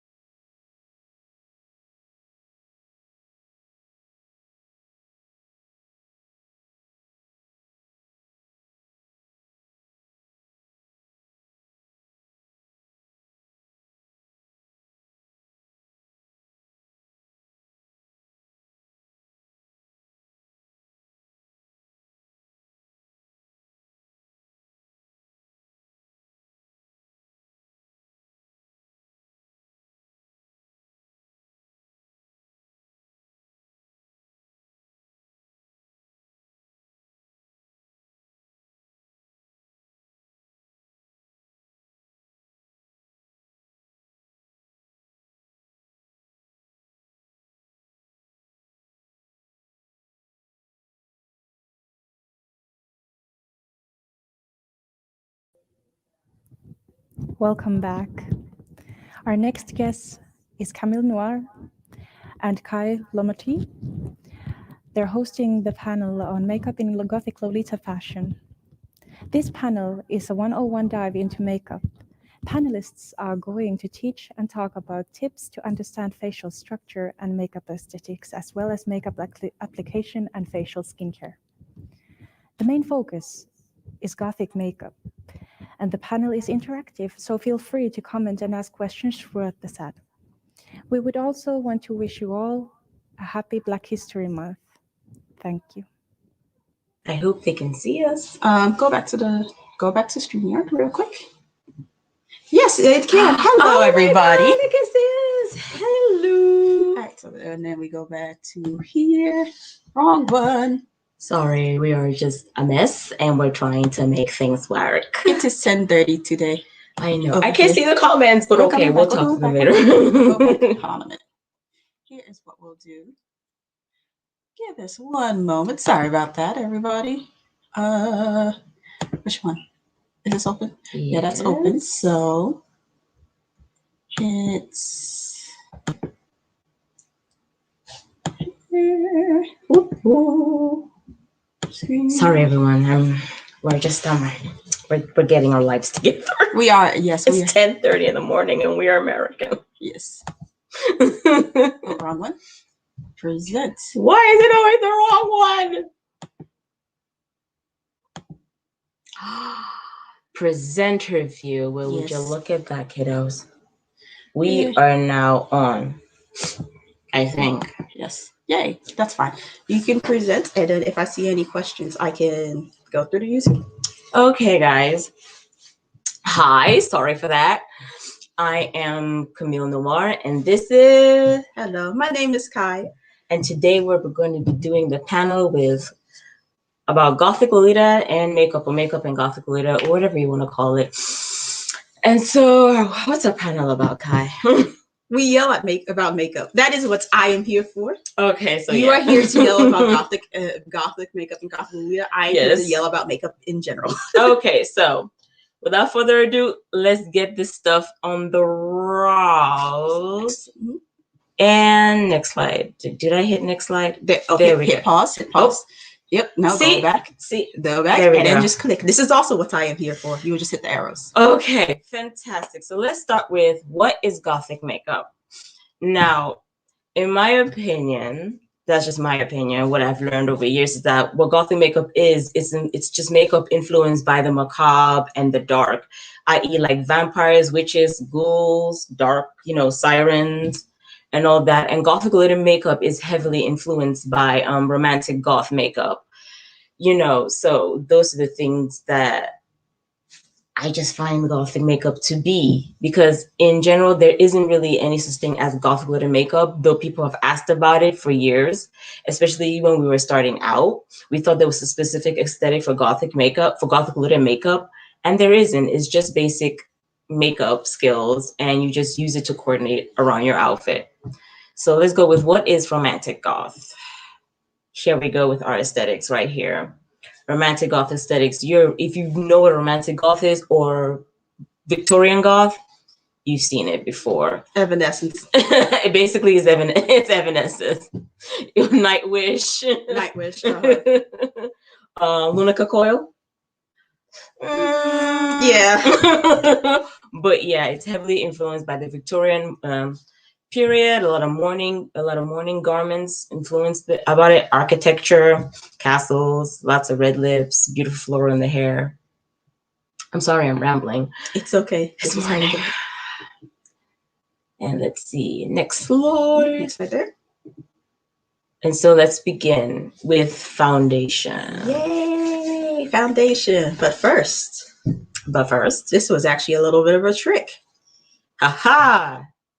First step of foundation is skincare. It's skincare, see? So, okay. Take it away. The reason you want to start, yes, this is why I am here. There we go. The first reason you want to start with skincare is because once you learn more about skincare, it's what the picture says. It is a surprise tool that will help you later, especially with skin.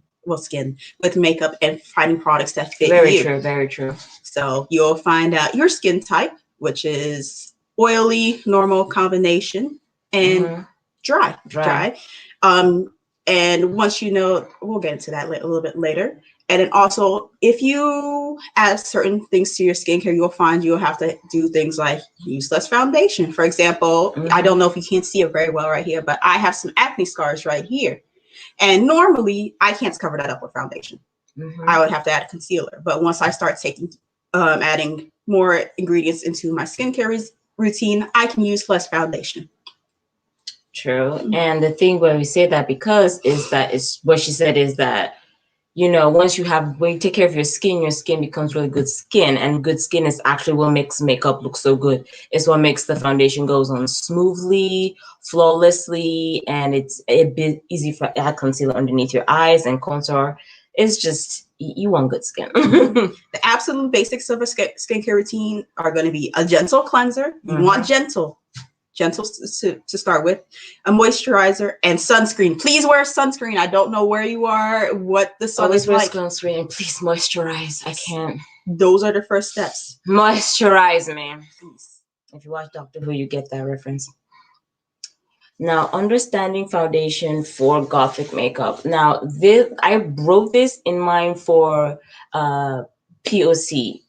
For my POC Gothics that are just basically starting out. You don't necessarily have to make yourself pale or look paler for Gothic makeup. Just wear your regular foundation. Regular foundation is all you need. Make sure it matches your skin type. You know, again, goes back to skincare, whether it's dry, oily, or combination. Also know your undertones as well. So let's explain a little bit about undertones. So basically, in addition to the actual color of your skin, there will be like another tone. So your skin looks a little bit more red. Your skin may look a little bit more yellow. I've seen people with green, gray. It really depends. A little bit of blue and purple. I've met people with blue and purple. Some people a little bit more orange, a little bit more gold. So it's good to know your undertones. It helps you pick better foundation as well. And this applies to everyone as well, knowing your undertones. What else we got here? Oh, yes. Use primers. Use primers to help maintain your skin and help keep the foundation on a little bit longer.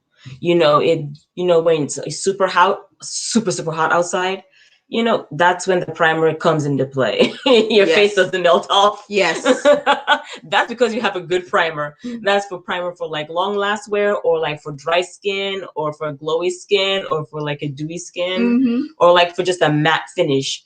You know, primers will help with that before you put on your foundation as well. Think of a makeup foundation as a veil and not a mask. That is very, if you need to cover pimples and redness or dark circles underneath your eye, you can use a concealer for that or a color corrector, not your foundation. You can't. But that goes with the next point about coverage. Exactly.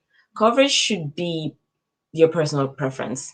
And also matching your neck as well helps you. So basically with matching your neck to your face, your face is generally darker than the rest of your body. So like today, I would match to my face because you're not seeing the rest of this. So it doesn't matter. But if I was matching to my neck and say I was wearing like a low cut V-neck, you would see a very obvious difference between my face and my chest. So generally, I personally match to my chest. So same here. And let's go to the next slide. Haha! You are not too poor to contour. Now, this is my favorite part of my makeup. Anyone who has seen me apply my makeup, I freaking love to contour. I will do it for hours if I can. I am not on screen. I just realized. Oh, hello. Sorry. I am not intending to be Sorry. off screen. It's okay. Our camera's small. Yes, so yeah, it's fine. Now that's a little joke. If you guys have ever watched the Sailor J video, I'd highly recommend it if you want a good laugh about feminism and makeup. So for contouring, basic 101, in order to achieve a really good contour and how to make contour work is to know your face shape. And there's different types of face shapes. Like I put them out here in this picture just to show you. There's oblong, there's rectangle, there's round, there's diamond, there's heart shape, and there's oval. And sometimes people have a little bit of in between. Like for example, Kai has more of a little, she's a combination between a heart and round. Same with me. I'm a little bit of like a oblong and a heart, I think. So yeah, so that's how you know. If you know your face shape, then you know where to apply the contour for your cheekbones, your chin, your forehead. You see if your forehead is a little bit wide, you want to make it a little bit smaller, or if you want to widen your forehead or actually extend your cheek. So as a note as to why this knowing your face shape will help, one thing I personally found is that what I generally used to do was I would always contour like right down my chin. And what I would always notice is that gave me Dorito chin. I would just look like old anime guys with the pointy chin, and I don't know, thank you, I'm good. So what I do is I don't even really, if anything, I'll put something here, but I'm even still playing with that. There's no right way. And also I see a comment about never contouring. You don't need to contour. It's if you want to shapeshift. That's really it. Honestly, like I said, if the men find out we can shapeshift, they are going to tell the church. If you want to have an ethereal, non-human quality, contouring is a great way to achieve that. Exactly, especially for me, that I always want to look like a vampire.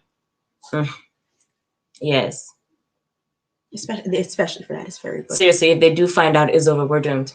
That is how much of an effect contouring and highlighting will have on your face. Exactly. Seriously, if they do find out, we're doomed.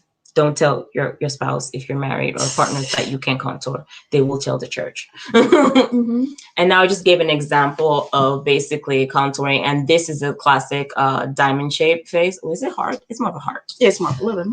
Yeah, because it's more of a heart. There's nothing down there. And you can see how she goes around her forehead. Here you can see how she puts the highlight on her, forehead, down her nose, underneath her eyes, underneath the dark contour part, just to even elevate the contour, and just a tiny little dot on her chin, because when you have a smaller chin, you don't need that much contour highlight or contour down there. That's how you get Dorito chin. Exactly. You need to be contouring on the higher points of your face when you have a diamond face if you want to contour. And you can see the finished result on the other side. This is just examples here. And also not noted on there is blending. Blending. We'll get to blending. There's a slide to blending if I remember correctly. Okay, good. Again, more examples of how to basically make a round face when you're contouring and highlighting. If you want to make your face a little bit more rounder, if you want to lengthen your face, and if you also want to make your face look more square. Now, the reason why I put this here was for people who like a more make their face look more masculine, because I'm one of those people who is guilty of that sometimes. Guilty? You say it like it's a sin. It's wonderful. What do you mean? Okay. Own it. I just. It's great. Do it. I just want to be a handsome man. There we go. If you also want to use makeup to be a handsome man, this is me co-signing it. Do it, please. I just want to be a handsome man. Is that so much to ask? Okay. Anyway, next slide. Again, this one is to show you how to highlight and blush, basically. So you got your contours up here. Now you see where you add your blushes. Blushes here, your highlight here, contouring again. And this picture over here shows just, again, all the parts where you're supposed to contour. Optional. Can and should, if you're trying to contour your face, and where you should highlight in order to now highlight is more prominent. You have to know where you're highlighting in order to get your face to basically look highlight, to shine through what you want the focus in, and where to apply blush as well. Yes, blush can be part of contour, doesn't necessarily mean true. True. I've done that before. And as you see, there's a lot to figure out with contouring, so it's gonna take some time. Don't worry about it. But knowing your face shape and knowing where to put apply things definitely helps, because after time you move forward. Again, contouring colors for Gothic looks. Now I put this up here for my POC people as well, because let me tell you, when I started doing makeup, contouring was madness. I would use all the wrong colors to contour with, especially for Gothic looks. And if I wanted to look a little bit more, sickly, if I wanted to look more vampiric, if I wanted to look, more ghoulish, you know. If I just want to look more sultry, I had to realize that it's different types of contour colors, and that's why I put all these browns here into a dark, deep brown, and just a lot of different colors as well to help enhance. And just, again, other options as well as purples. I put purples here as well because you can definitely use purples to contour, especially for brown skin. It will definitely enrich and highlight your face. And it just, the color just brings out so much. So that's why I put all the purples here. And I put, of course, your browns, all the browns in yours, all the way to gray browns. Now, a friend told me that she used gray to contour, and I wanted to, don't use straight gray. My feelings were hurt. I understand the thought process. You don't want gray because it's gonna look a little off. We want that little offness, but you kind of have to pick a better color. I was trying to see if it's in here, but like you need a color, you need a gray that has a brown. Yeah. You need a gray, you need a brown with a gray in it. Or cool brown. There we go. Mm-hmm.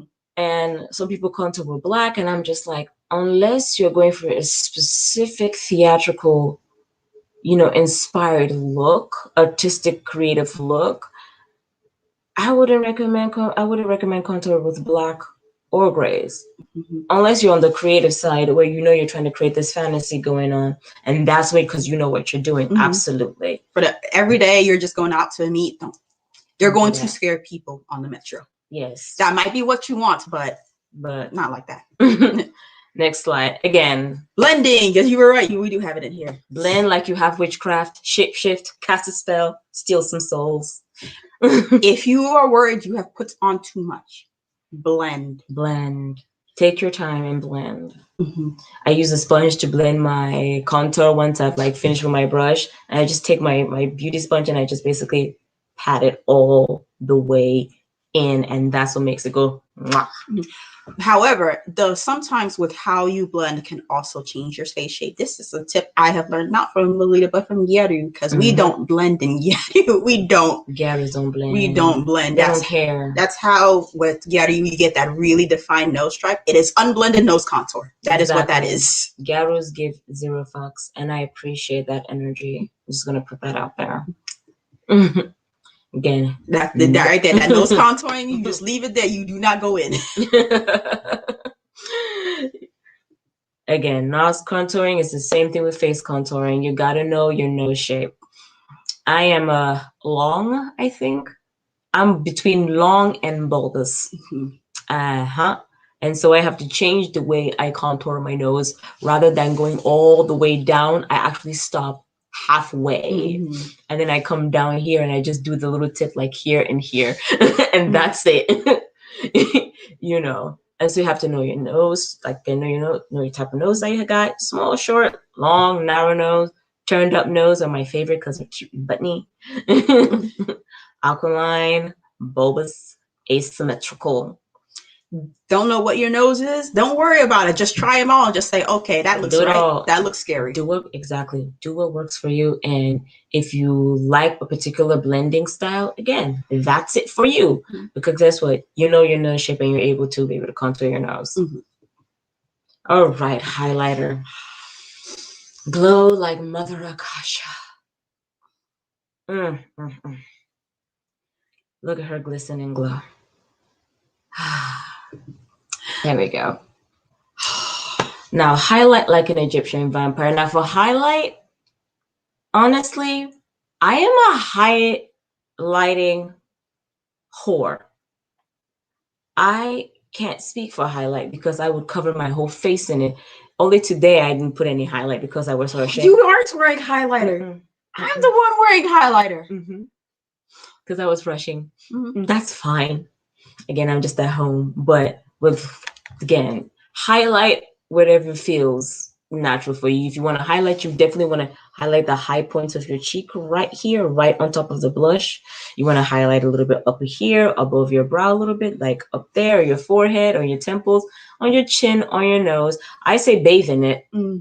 Especially if you're doing other colors, so actually, this is one I usually use. This is from Ofra Cosmetics. It is more golden. Just can get a brush. Yes. There. Oh, here we go. It's just Haha, see, I brought the stuff. see. So what you would do with this nice little golden highlight, which is perfect for Why can't I open? Yes, this also is a tip. Gloves, makeup hates gloves. Yes. But with a nice little golden highlight, you would just put it. You don't have to use a fan brush. Some people think these are the devil. Just put it right there. A little bit this there. That's better. Just a little bit, just there. Oh yeah. Okay, I'm gonna stop being weird. It's okay. It's all right. And now you do not have to do it that intense. If you look at this, you're like, oh, this is too much. Same thing as before. Blend. It will go away. It will settle. I'm not blending it. I want it there. Unless you want to be like that. All right. Next. And don't be afraid of different colors. Exactly. Like I have several different colors. red, purples, oranges, blues, green. I recommend fancy because fancy. Sometimes I want to be a mermaid, so I get green. Yes. So yeah, especially gold. I have to become a Kasha one day. Mm-hmm. And for blush. Now, how blush works for Gothic looks, it varies from person to person. But what I see the overall template is that it's influenced by the Baroque era, and it's not necessarily traditional blush where we will blush here. We tend to blush up here for Gothic looks.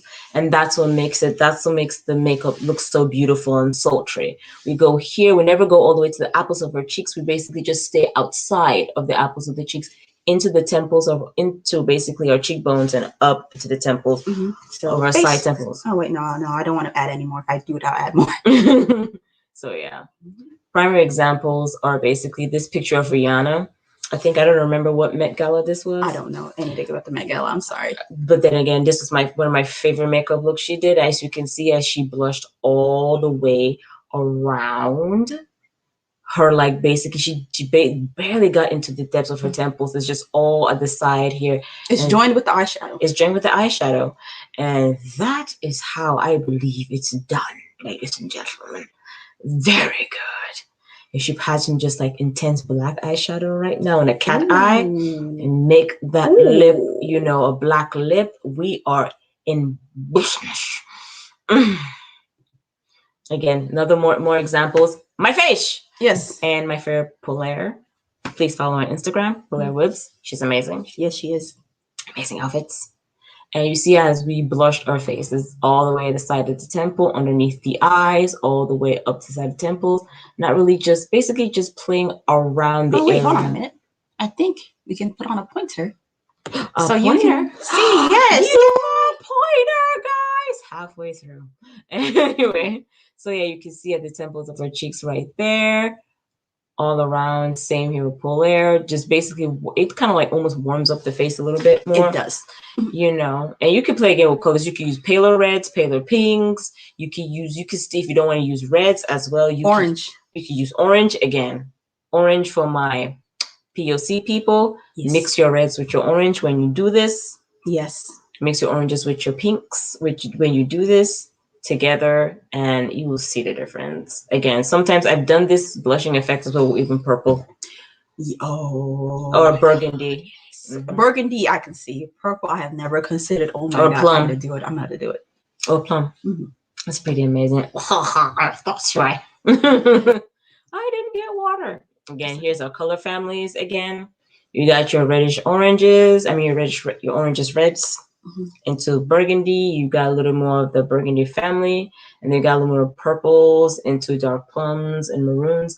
All of these are fantastic blush colors, especially for Gothic looks. This works basically for POC and non-POC.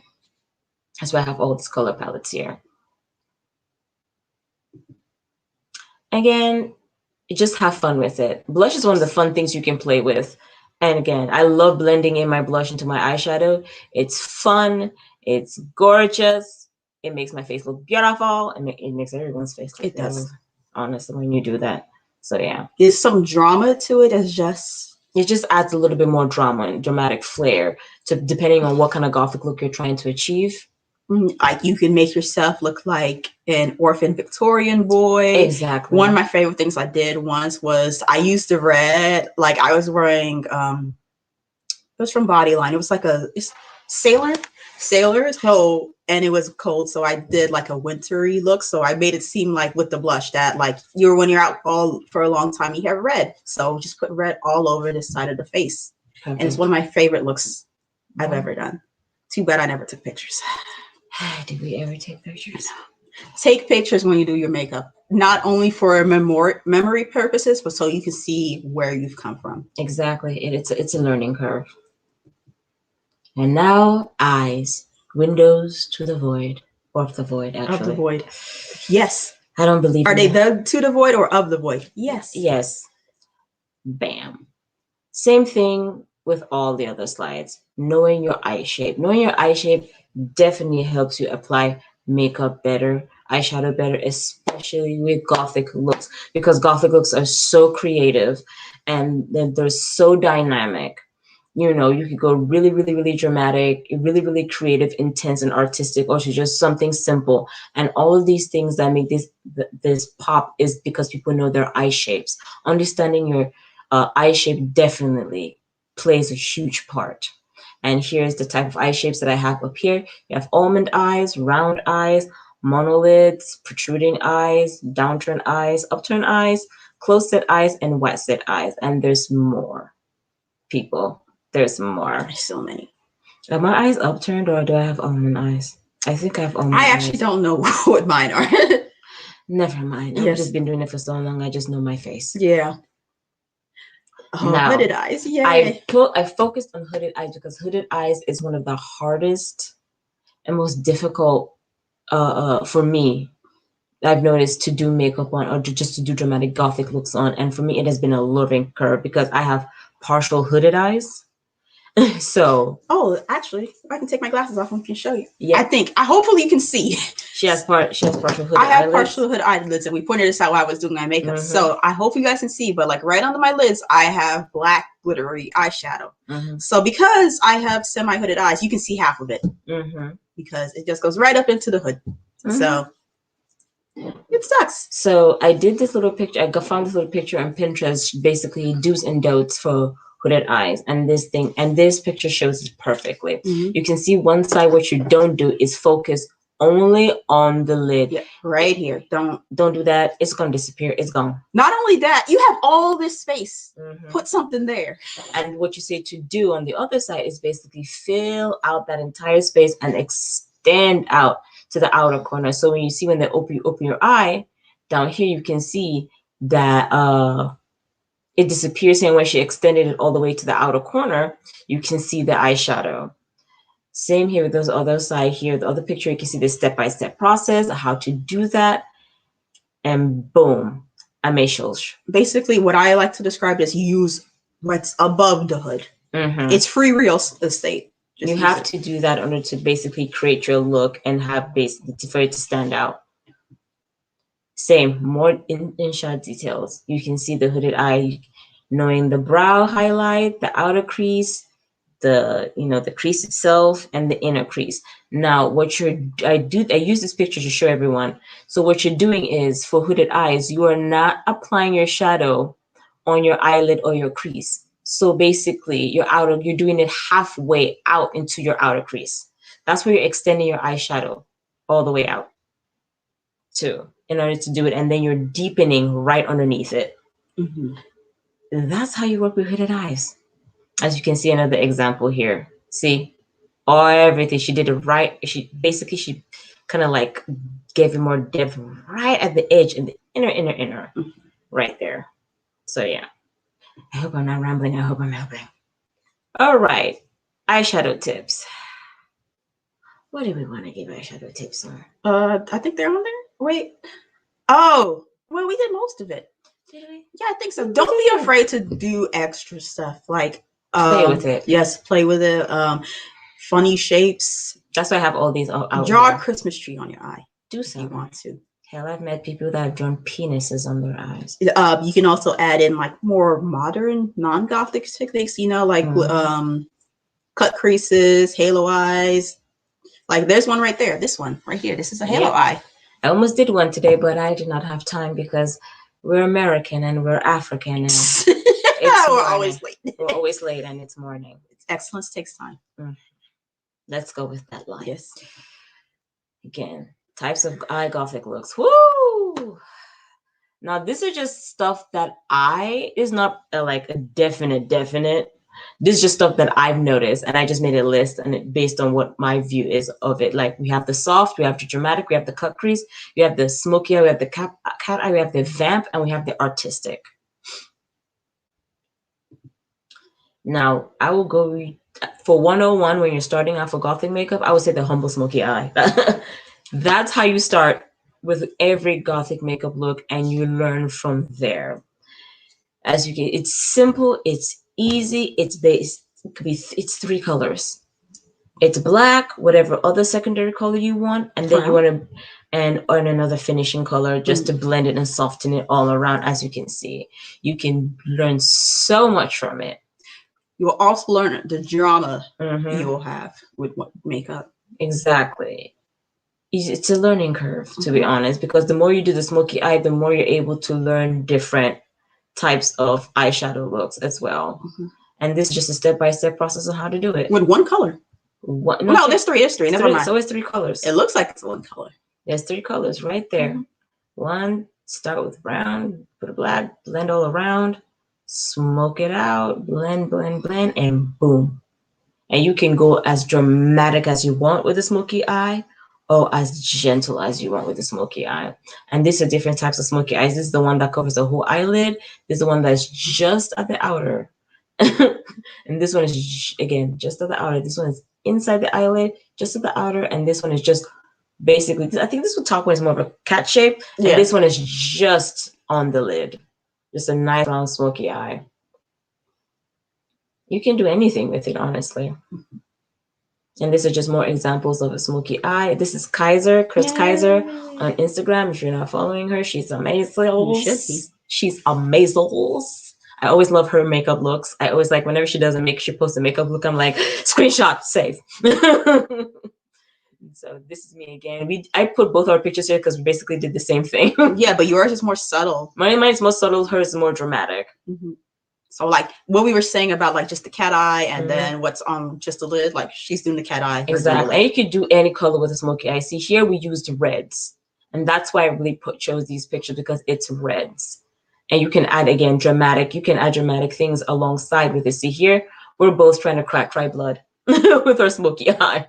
She's crying jewels. I'm crying pearls and jewels. And highlight.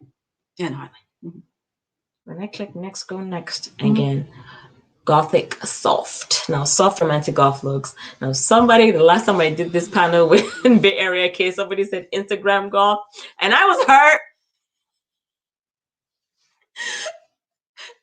I was hurt. Okay, it's not Instagram golf. It's just but you know what they mean. Okay, but yeah, it's just more of a soft look, just soft like cut creases, just simple blended out creases. You know, this is just something you can do if you don't want to do those intense goth looks. You do something more soft. Browns are perfect for this. Brown, not browns, actually. You know, depending on who you are and what you're trying to go for, it's basically grays. It's grays, gray brown. I'm thinking of something else. That's why taupes. You can even mess around with lavenders as well, and a little bit of blacks. Especially just stay with the gray scale. To be quite honest, you can go for the darkest gray. You can still also use browns as well if you want. But you know, it's hard to achieve. I think I know what I'm looking up. I think it'll show up what I was thinking of with the browns. You know, it's hard to achieve Gothic brown looks. So yeah, but I think I have some here. Again, these are more examples. This is Curious Nuance. Yes. I love them so much. I love their looks so much. They are amazing. And my goal one day is to meet them and hang out with them at a convention. That's all I want. I have a friend crush on this dude. Okay? I've confessed my sins because it's morning and I have no filter. Anyway, more examples. Again, you can see here how they just did a simple blended out soft, like almost like an orange red. It looks like a brick. Brick, yeah, brick. There we go. It's more of a brick red. You know, they just basically, you know, gave a little bit of depth at the inner and the outer corners, and just bam, a wing. That's it. Same here. Another one here. Same look, just basically light from light to dark gradient, beautiful gradient, and they just put a little bit of like brick color underneath that.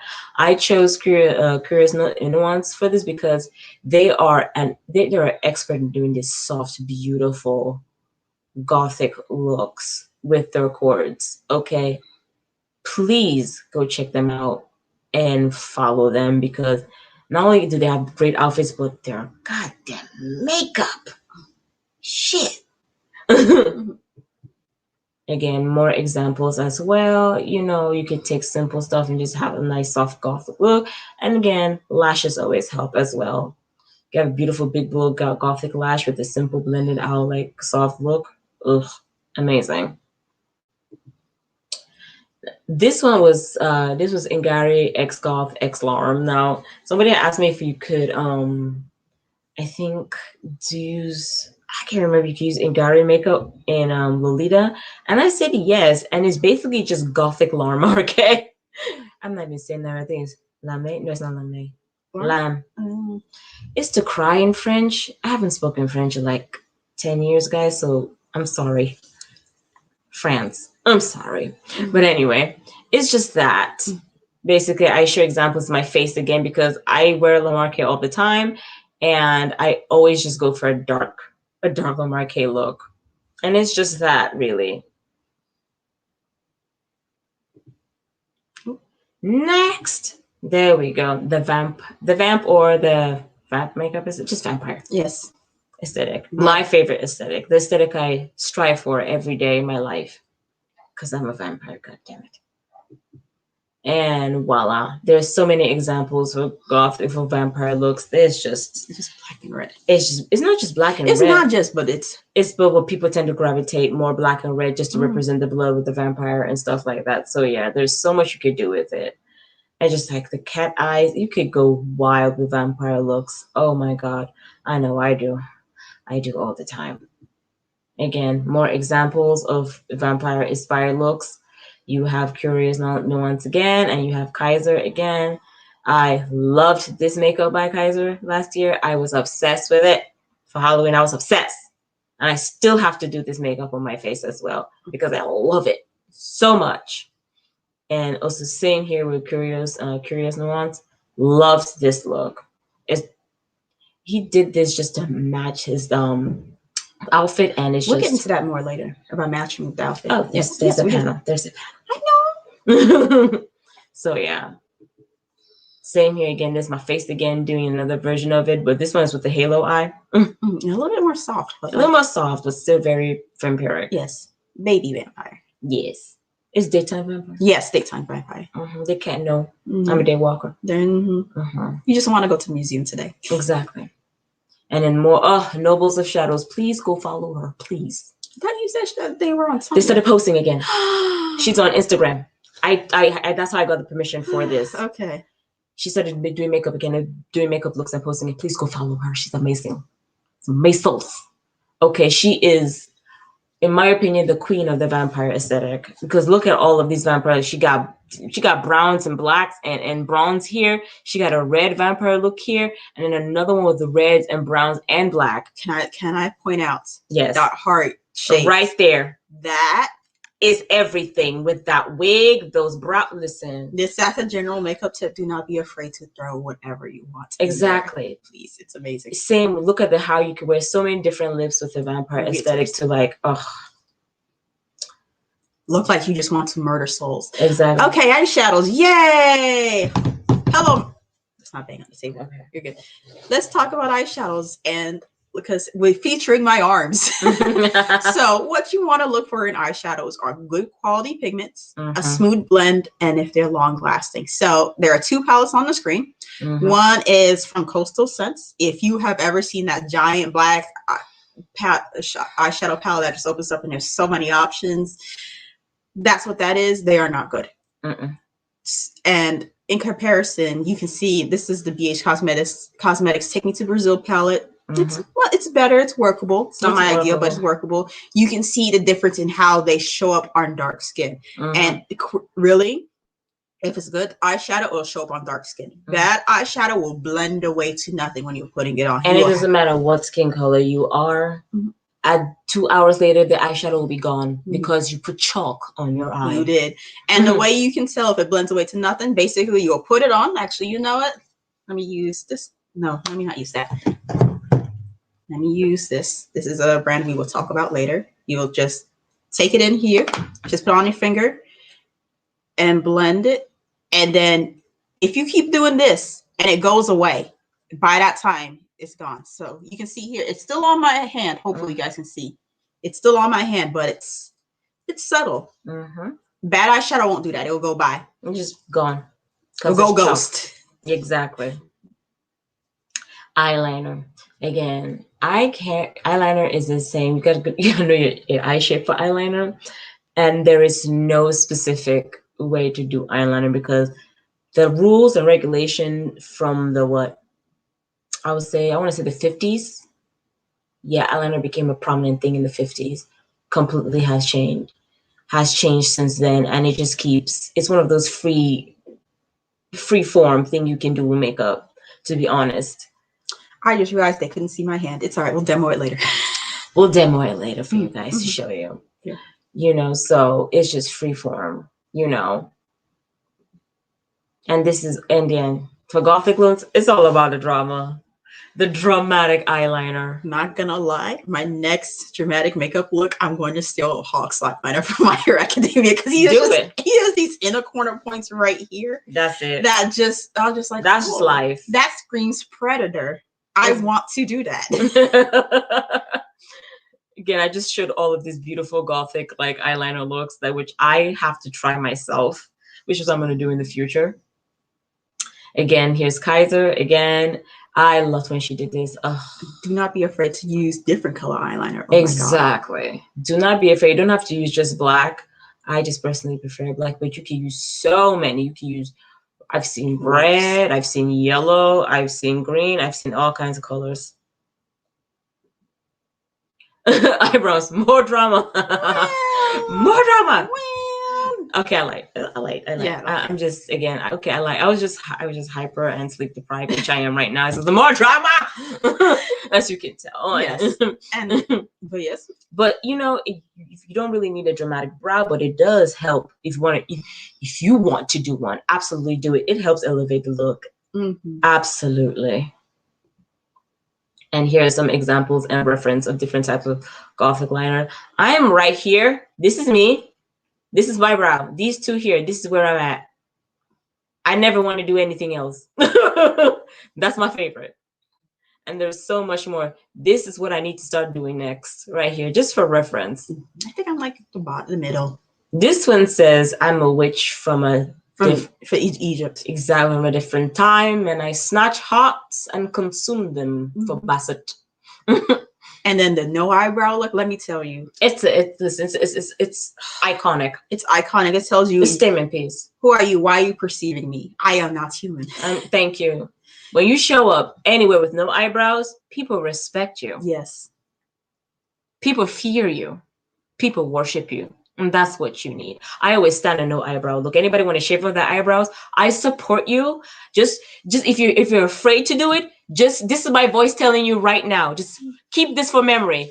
Okay, you're amazing. There's a question about how you do these kinds of looks without a lot of plucking. We'll get to your question at the end, just because we can make sure we get through this. But I have not. You are being seen. I will get to that because I had some fun with that today. Okay. What else? Again, more. This is just Violet Chachki and me just showing examples. I love Violet Chachki. Violet Chachki is one of my favorite drag queens, right up to Shea Coulee. And currently, right now, I'm watching RuPaul's Drag. What's it called? The current one? Current one. Simone. There we go. I love Simone, the current one right now. That's going on. But yeah, I love Violet Chachki. Violet Chachki is my aesthetic queen. So yeah. Again, more Violet Chachki with the other styles of like basically you can use for Gothic eyebrows. I always like the 1930s just line. It's amazing. It's also really amazing with Gothic makeup. Boom. And now the lips. I'm trying to hurry up so we can get to questions. Yes, you said lips. whatever you want. Whatever That's you really want. it. These are just traditional Gothic colors, and you could do whatever you want, however you want. Alternative colors, pinks. Yes, you can do pinks and purples. You could do bronze and golds and browns for Gothic lips. You could do blues and greens. You could do everything, even orange. Like For my darker skin gals, people in general, that black and orange one is a general idea of what I would recommend you do. So blend, because blend, you want to have a darker color on your outer lips so you don't look clowny. How I would say it. You need a gradient. Because you know what you need lip liner. You need lip liner. Lip liner or lipstick. Just another lipstick, really, just to have that gradient effect, or even just powder. Yes. Eyeshadow, I mean. Ooh, yeah, actually, eyeshadow would work. Again, grays. I love using grays. Again, pinks, just blending techniques to create this right here. Yes. This left tutorial with the brown and the pink, basically for the dark skinned people, this is what I would recommend. Even here as well, for different makeup, for different lip looks as well. Again. Oh, that's even a better tutorial. Yeah, this is what I normally do. This is what I normally do for my lips. Again, how does makeup elevate your chords? And this is the slide you were waiting for. Yes, this is. Let me tell you, the minute you put makeup on, it will bring everything together. It really does. It really does. Now, you don't have to do it if you don't like makeup, or you just don't know how to do it, or you're not comfortable with makeup on. That's fine. But if you're trying to elevate your chord, just that something's missing, and you just want to go that extra inch, it's makeup. Like if you want to look like you are here to steal souls and ruin lives, you want people to know that you're here. You're trying to slay the whole continent down. It is amazing what a high arch brow will do. Not necessary. If you want to look like a soft baby vampire, you can still do that with minimal makeup. You want to look like you've been crying for 6 years straight, and you're depressed, and the next person who looks at you is dying. You look at somebody, you feel like you look at them and you sound like they're immediately in your head is whoa. That's what makeup will do. You had to bring pink turns. I did have to bring some just had to bring that. You want to look like you were sitting there listening to old 80s dark wave. Yep. That's what. Yep. And recommended people to follow just for general makeup. It will help you learn makeup, and that's where it will help you apply your Gothic makeup better. A lot of these are for dark skin, but you will learn some good things there too. People I want to point out personally, Too Much Mouth. She has a series called Foundation Hunts. What I especially like about what she does is she'll put on makeup. She'll do it on one side of her face and be normal, and one side of her face she will set with like the most basic powder she has. She will wear it. She will go out of her day and come back and show you how makeup actually wears. She'll show how the shades match and everything. So I like that. If you're looking for a foundation to find out, okay, it says it's long wearing. Is it actually long wearing? Is this actual full coverage? I like that. I would say Jackie Aina for basically how to apply foundation and blush and contour. Yes. And I would say Nikki tutorials for your eyes. Yes. For your eyes. Yeah.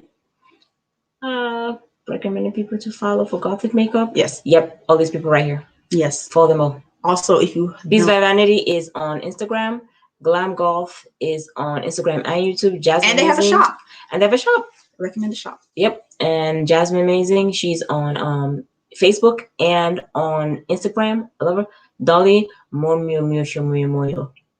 I said that. Momoiro? Yes. Momoiro. There you go. That. And also Jinx Ziddy. Jinx Zaddy? I don't know. You put that one. Yes, Jinx Zaddy. I follow her on Instagram and they are amazing. Gorgeous looks. Yay! I hope I was able to help y'all. Now let's go to questions. How do I exit this thing? I got you. There we go. So I can see the questions. Oh, this is private chat. That's okay. Oh, wait. Here we go. Comments. Here we go. Now we can see them. Hello. Hello. So for questions. Oh, let me see what this was. Wait. Oh, okay, that's not us. We're good. All right, so questions. We'll start with this one from Acharia. I'm sorry if I cannot pronounce things. I sometimes I can't English, right? So my brow right here. This one right here. Oh.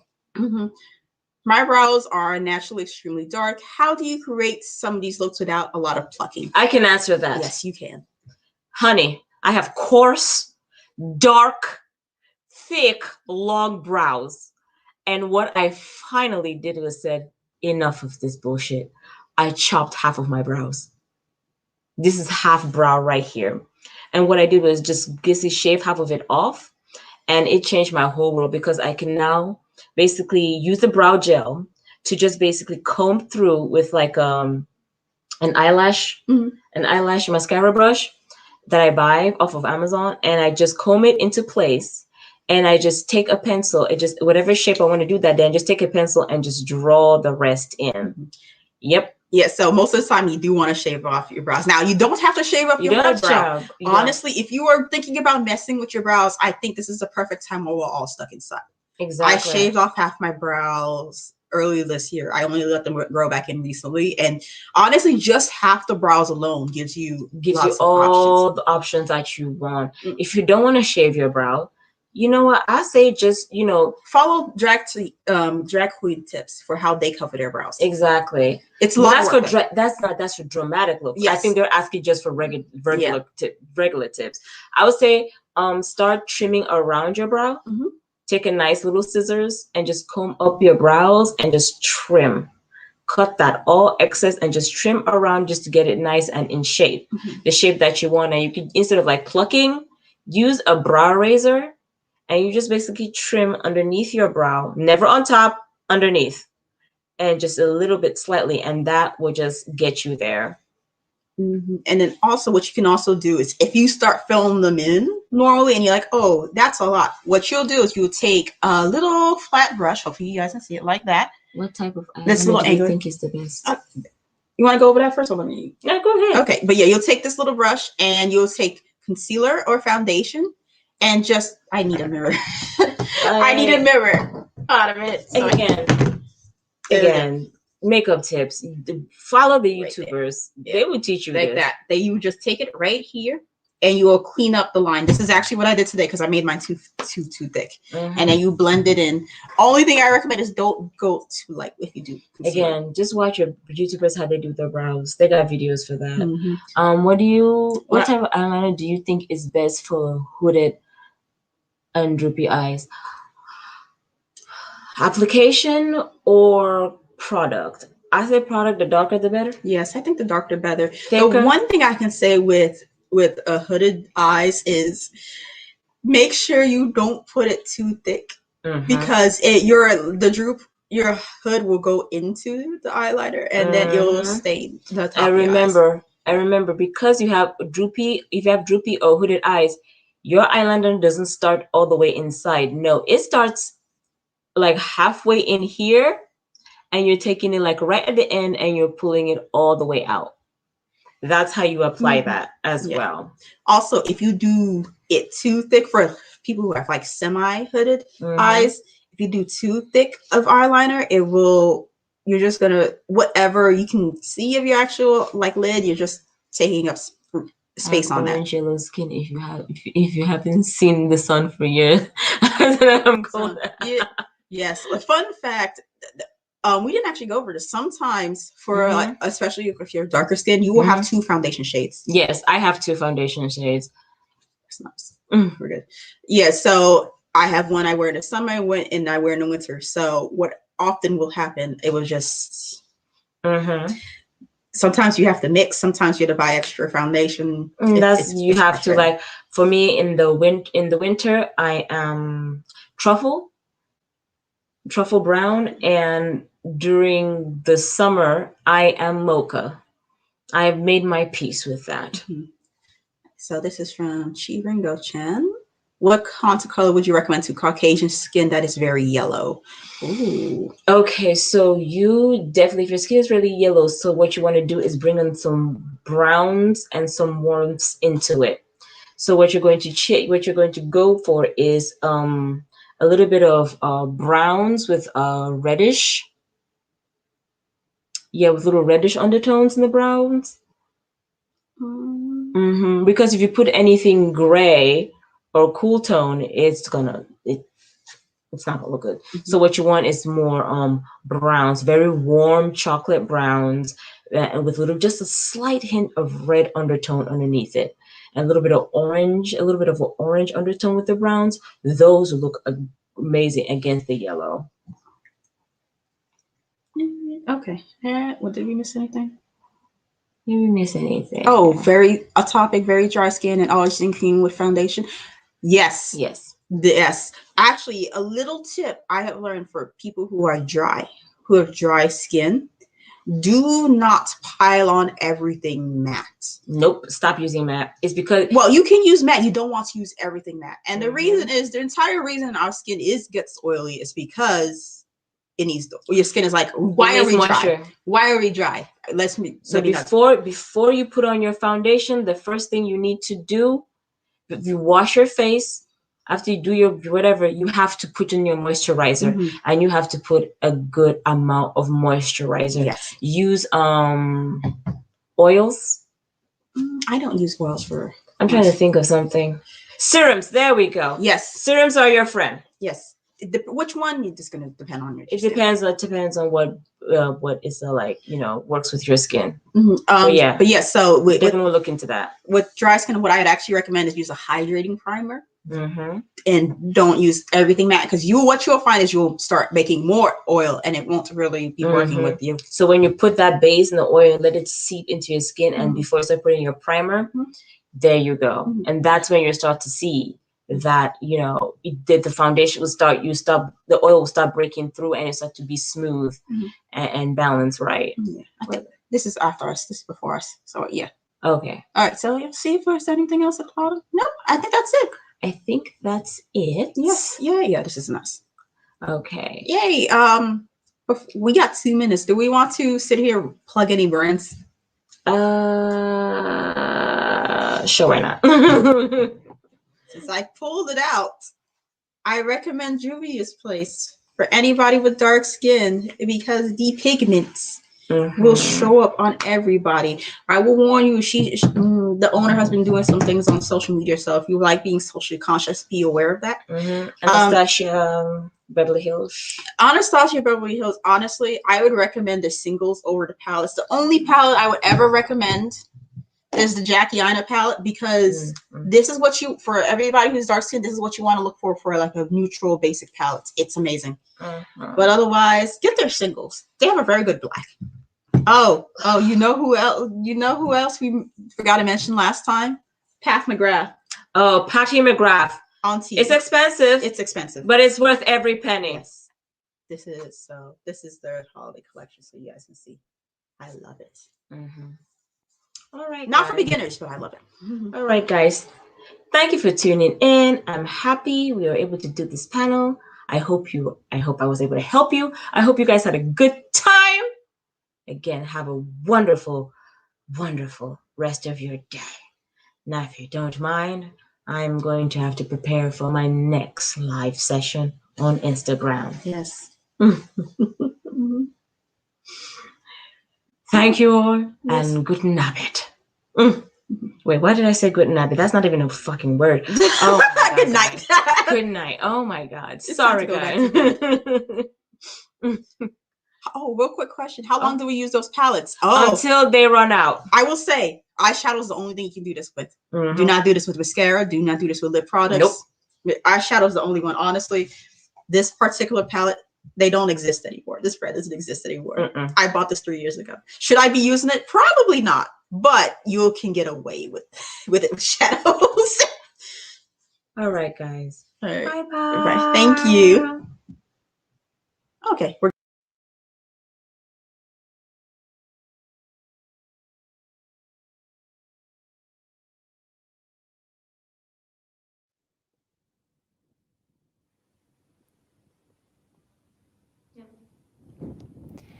Thank you so much for you, Kai and Camille, for the lovely panel that you promised us. It's been very helpful to see all of those tips, and we can't wait to make those looks for ourselves. Next, we shall be seeing Metaphora's Anya and the Magic Squad movie. So I hope you have your popcorn ready and your couches comfy. Did Not Hurt Myself is a collaboration between artists Puvithel and Jiri.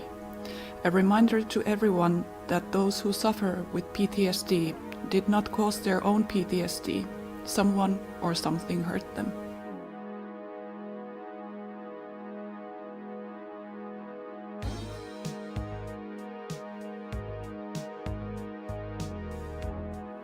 Bibolo Rose inspires and informs aspiring and veteran Lolitas alike to overcome self-doubt and to discover their most authentic identities through Lolita fashion.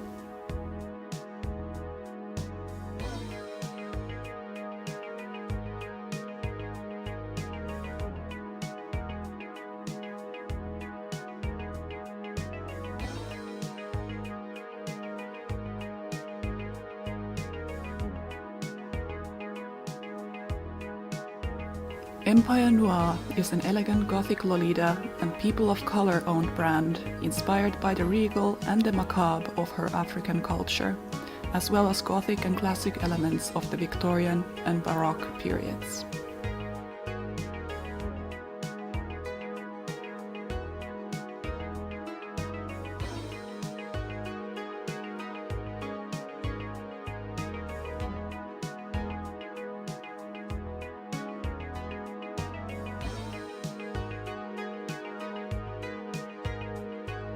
Cloudberry Lady is a Finnish Lolita fashion label specialized in millinery and custom-made garments. The label creates long-lasting, high-quality garments and headwear inspired by fairy tales and bygone eras.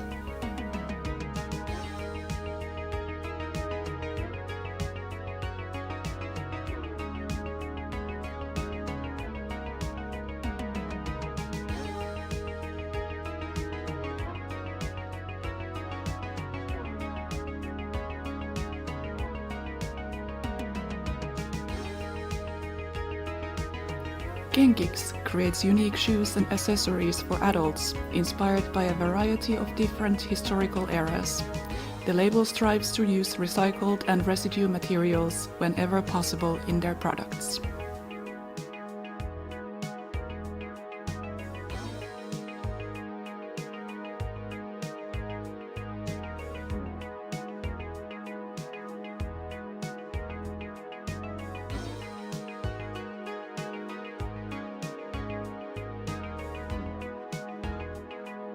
At Wonderworld, you will find clothing both used and unused from many popular Gothic and Lolita brands.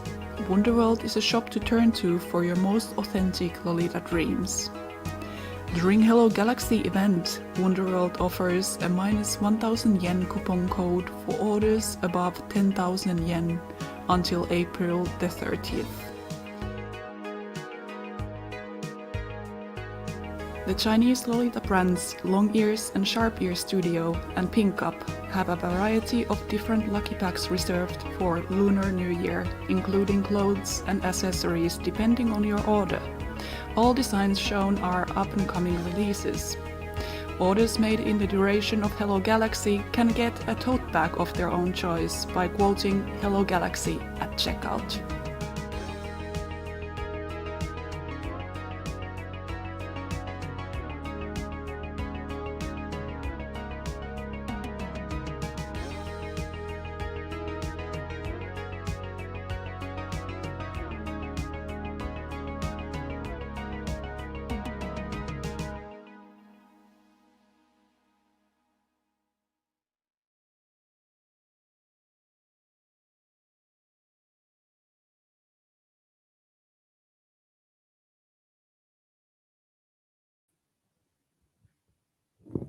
Welcome back.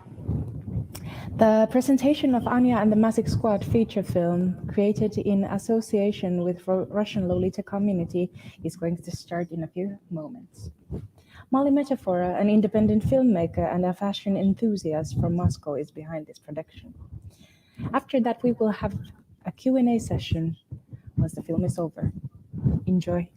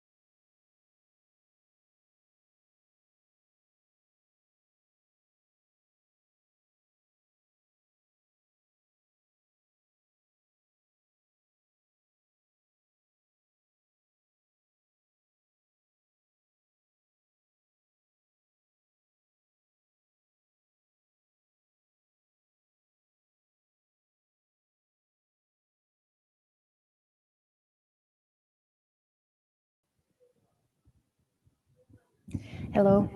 We're having a little bit of technical difficulties with the sound of the video. Please stand by. Our celestial aid is on its way and we try to fix the issue once. Thank you for your patience.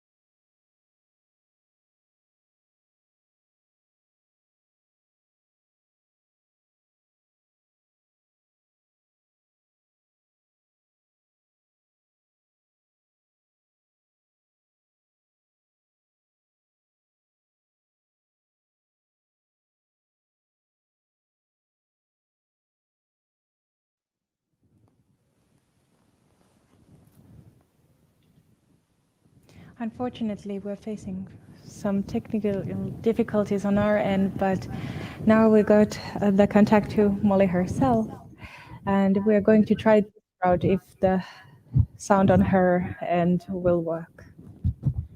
I can hear you. Can you hear me? You as well. Great. At least my headphones are working Yes, absolutely. like everything else. So sorry for the inconvenience. No, sorry on our end. It's I think it's on our side. Definitely you should check the movie clips on Molly Metaphora's YouTube account. I believe they will be uploaded in there right now.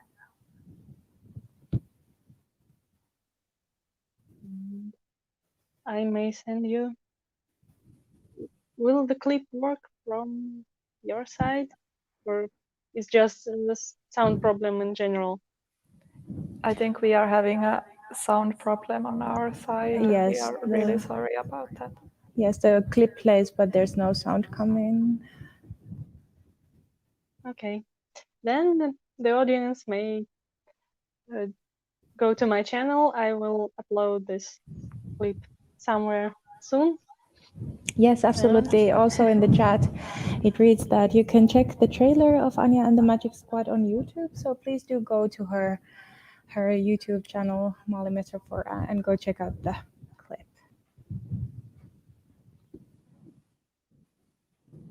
All right, should we do the Q&A then instead? Okay, I'm ready. Okay, first of all, please introduce yourself. Tell us a little bit about your backgrounds and your plans for the future. Well, I'm Molly Metaphora. I'm a Lolita and a self-taught film director. I never went to film school, but I had a degree in chemistry, so it's quite an interesting combination. But it really inspires me to mix different fields of knowledge into my works, like frills, obviously, and some science fiction stuff. And even though my new film is called Anya and the Magic Squad, it's not only about fantasy or magic or some stuff. There is a degree of science fiction there. So I've started filming somewhere in 2011. It was the Lolita fashion that brought me into filmmaking. I've made a few videos for Gothic and Lolita festival that we have in Moscow, and it was a very interesting experience. So I've decided I want to practice and do some more films, and here I am. Welcome. Thank you for coming. So where does the name Metaphora come from? It's actually a Russian word for metaphor. It's spelled in English way, but it's actually a Russian pronunciation of this word, and it's more metaphora than metaphora. But I don't think it's very important since it's not my real name. And once upon a time, we had a cosplay band when I was in school. We, with my friends, we had a cosplay band, and we were rehearsing a dance for the performance. It still, I think, is available on my YouTube channel if you're wondering. And one of the dance moves was something like this. And my friend called it Metaphora. It's a metaphor.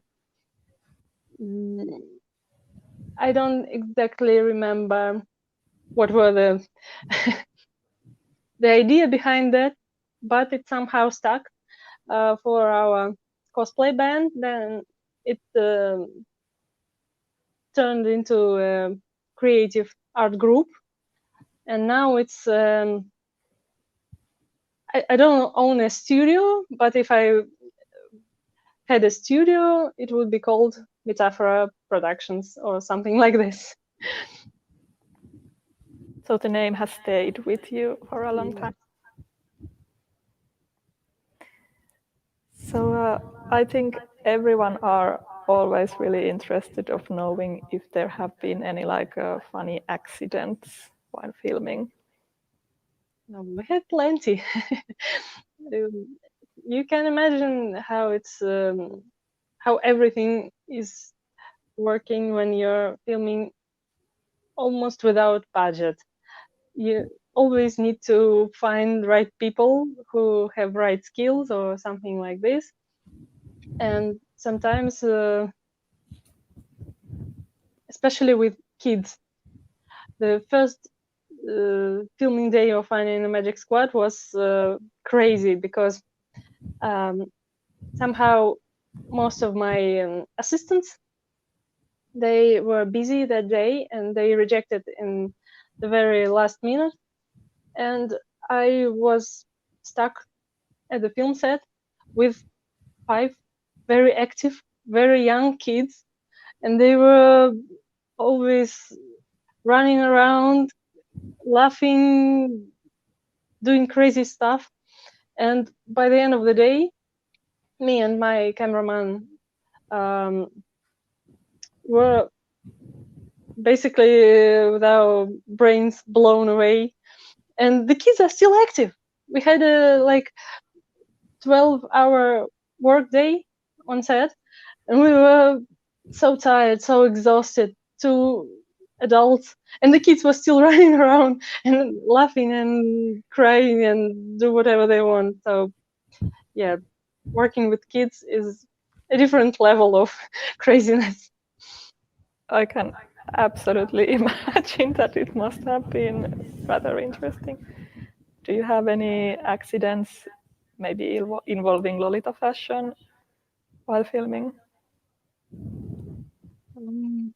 Well, I've realized that the way you wear your clothes is very different when you are a Lolita wearing Lolita or an actor wearing Lolita. It's so different. The difference is so dramatic. I had to teach my actors sometimes how to deal with the skirts or with the accessories because they're not used to wearing it. And it's not like some historical fashion, because historical fashion was very thoughtful to their time. It was convenient for the people of their era. And Lolita fashion isn't really practical, and modern people are quite unused to wearing petticoats and other stuff. So it was how to say, an interesting experience to learn that even professional actors who studied acting have difficulties with wearing Lolita, while real Lolitas are just normally, casually looking perfectly natural in the shot. It's probably very different for someone who is not into Lolita to actually wear them, and the way you are dressing and using the clothes to express yourself. So I can imagine absolutely the difficulties. It's a good point. So I think these were our serious questions, but we still have some galactic ones left. So since the name of your film is Anya and the Magic Squad, do you think that there could be a Lolita film called Anya and the Magic Squid? The squid, no, that's something alien about this. That's not sure if it will involve Anya, but something cosmic, something crazy. That may happen. I actually have a script unfinished for the movie, or maybe even a series taking place in cosmos, in space. So anything may happen, even the squid. We would love to see a movie about magic squid. So since you are our final program hostess for tonight, and we will be starting our evening party soon in Discord, can you please recommend us how to do a Lolita? How should you dress up for a rave when wearing Lolita? Sorry, for which one? If you are going to a party, what should you wear as a Lolita? I personally prefer non-Lolita clothes when I'm going to parties. Once again, at the Gothic and Lolita Festival in Moscow, we sometimes have after parties. Had before the COVID, obviously, but I used to wear some comfortable clothes.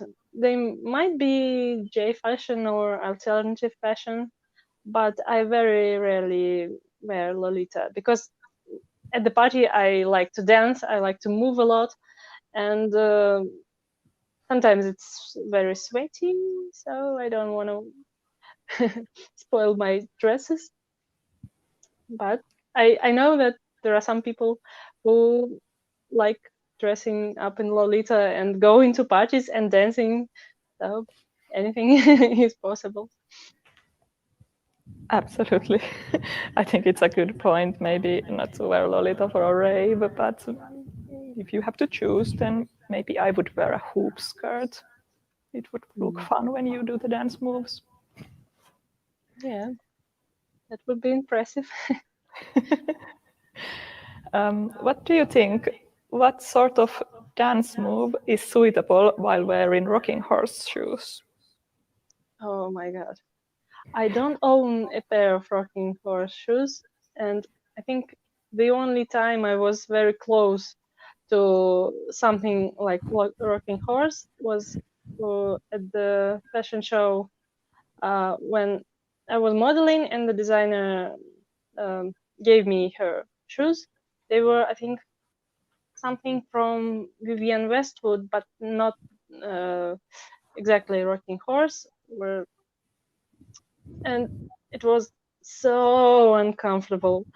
I don't know how some people are wearing this kind of shoes, but I think mostly if you stand stable, you can move your upper body, your hands, your head.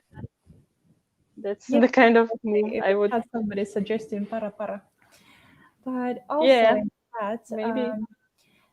There's somebody asking that where can we see the full movie? It's not yet available. We are still working on it.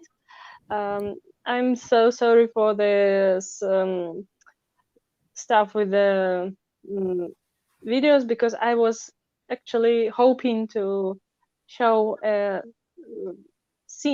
one scene from this movie today, and it just didn't happen. We also had technical difficulties in our post-production process, so even when everything looks like it's almost ready, there are still some parts that can go wrong.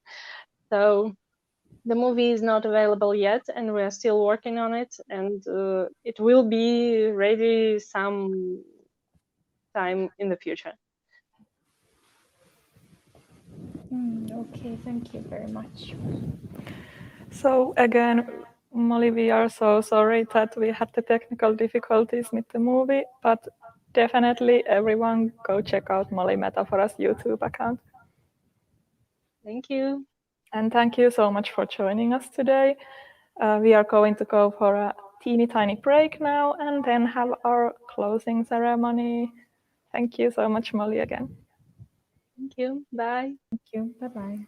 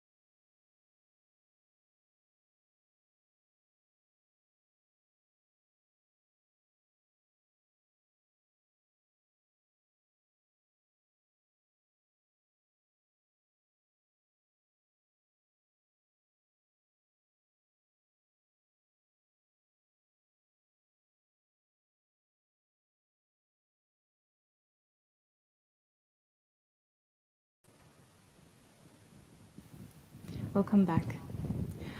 On the behalf of the whole Hellocon team, I want to thank you all for participating on this journey.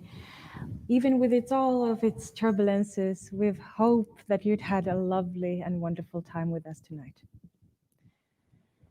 We want to thank the ground crew, the technique, and everybody that has participated on making this possible. Thank you for music makers. Thank you, Pete. We see you there. And thank you for everybody else that has worked their roughly butts off for weeks and weeks on this program. Thank you to all of our vendors. Thank you to all other people who came here and shared their panels and ideas with us. Thank you from the bottom of our hearts.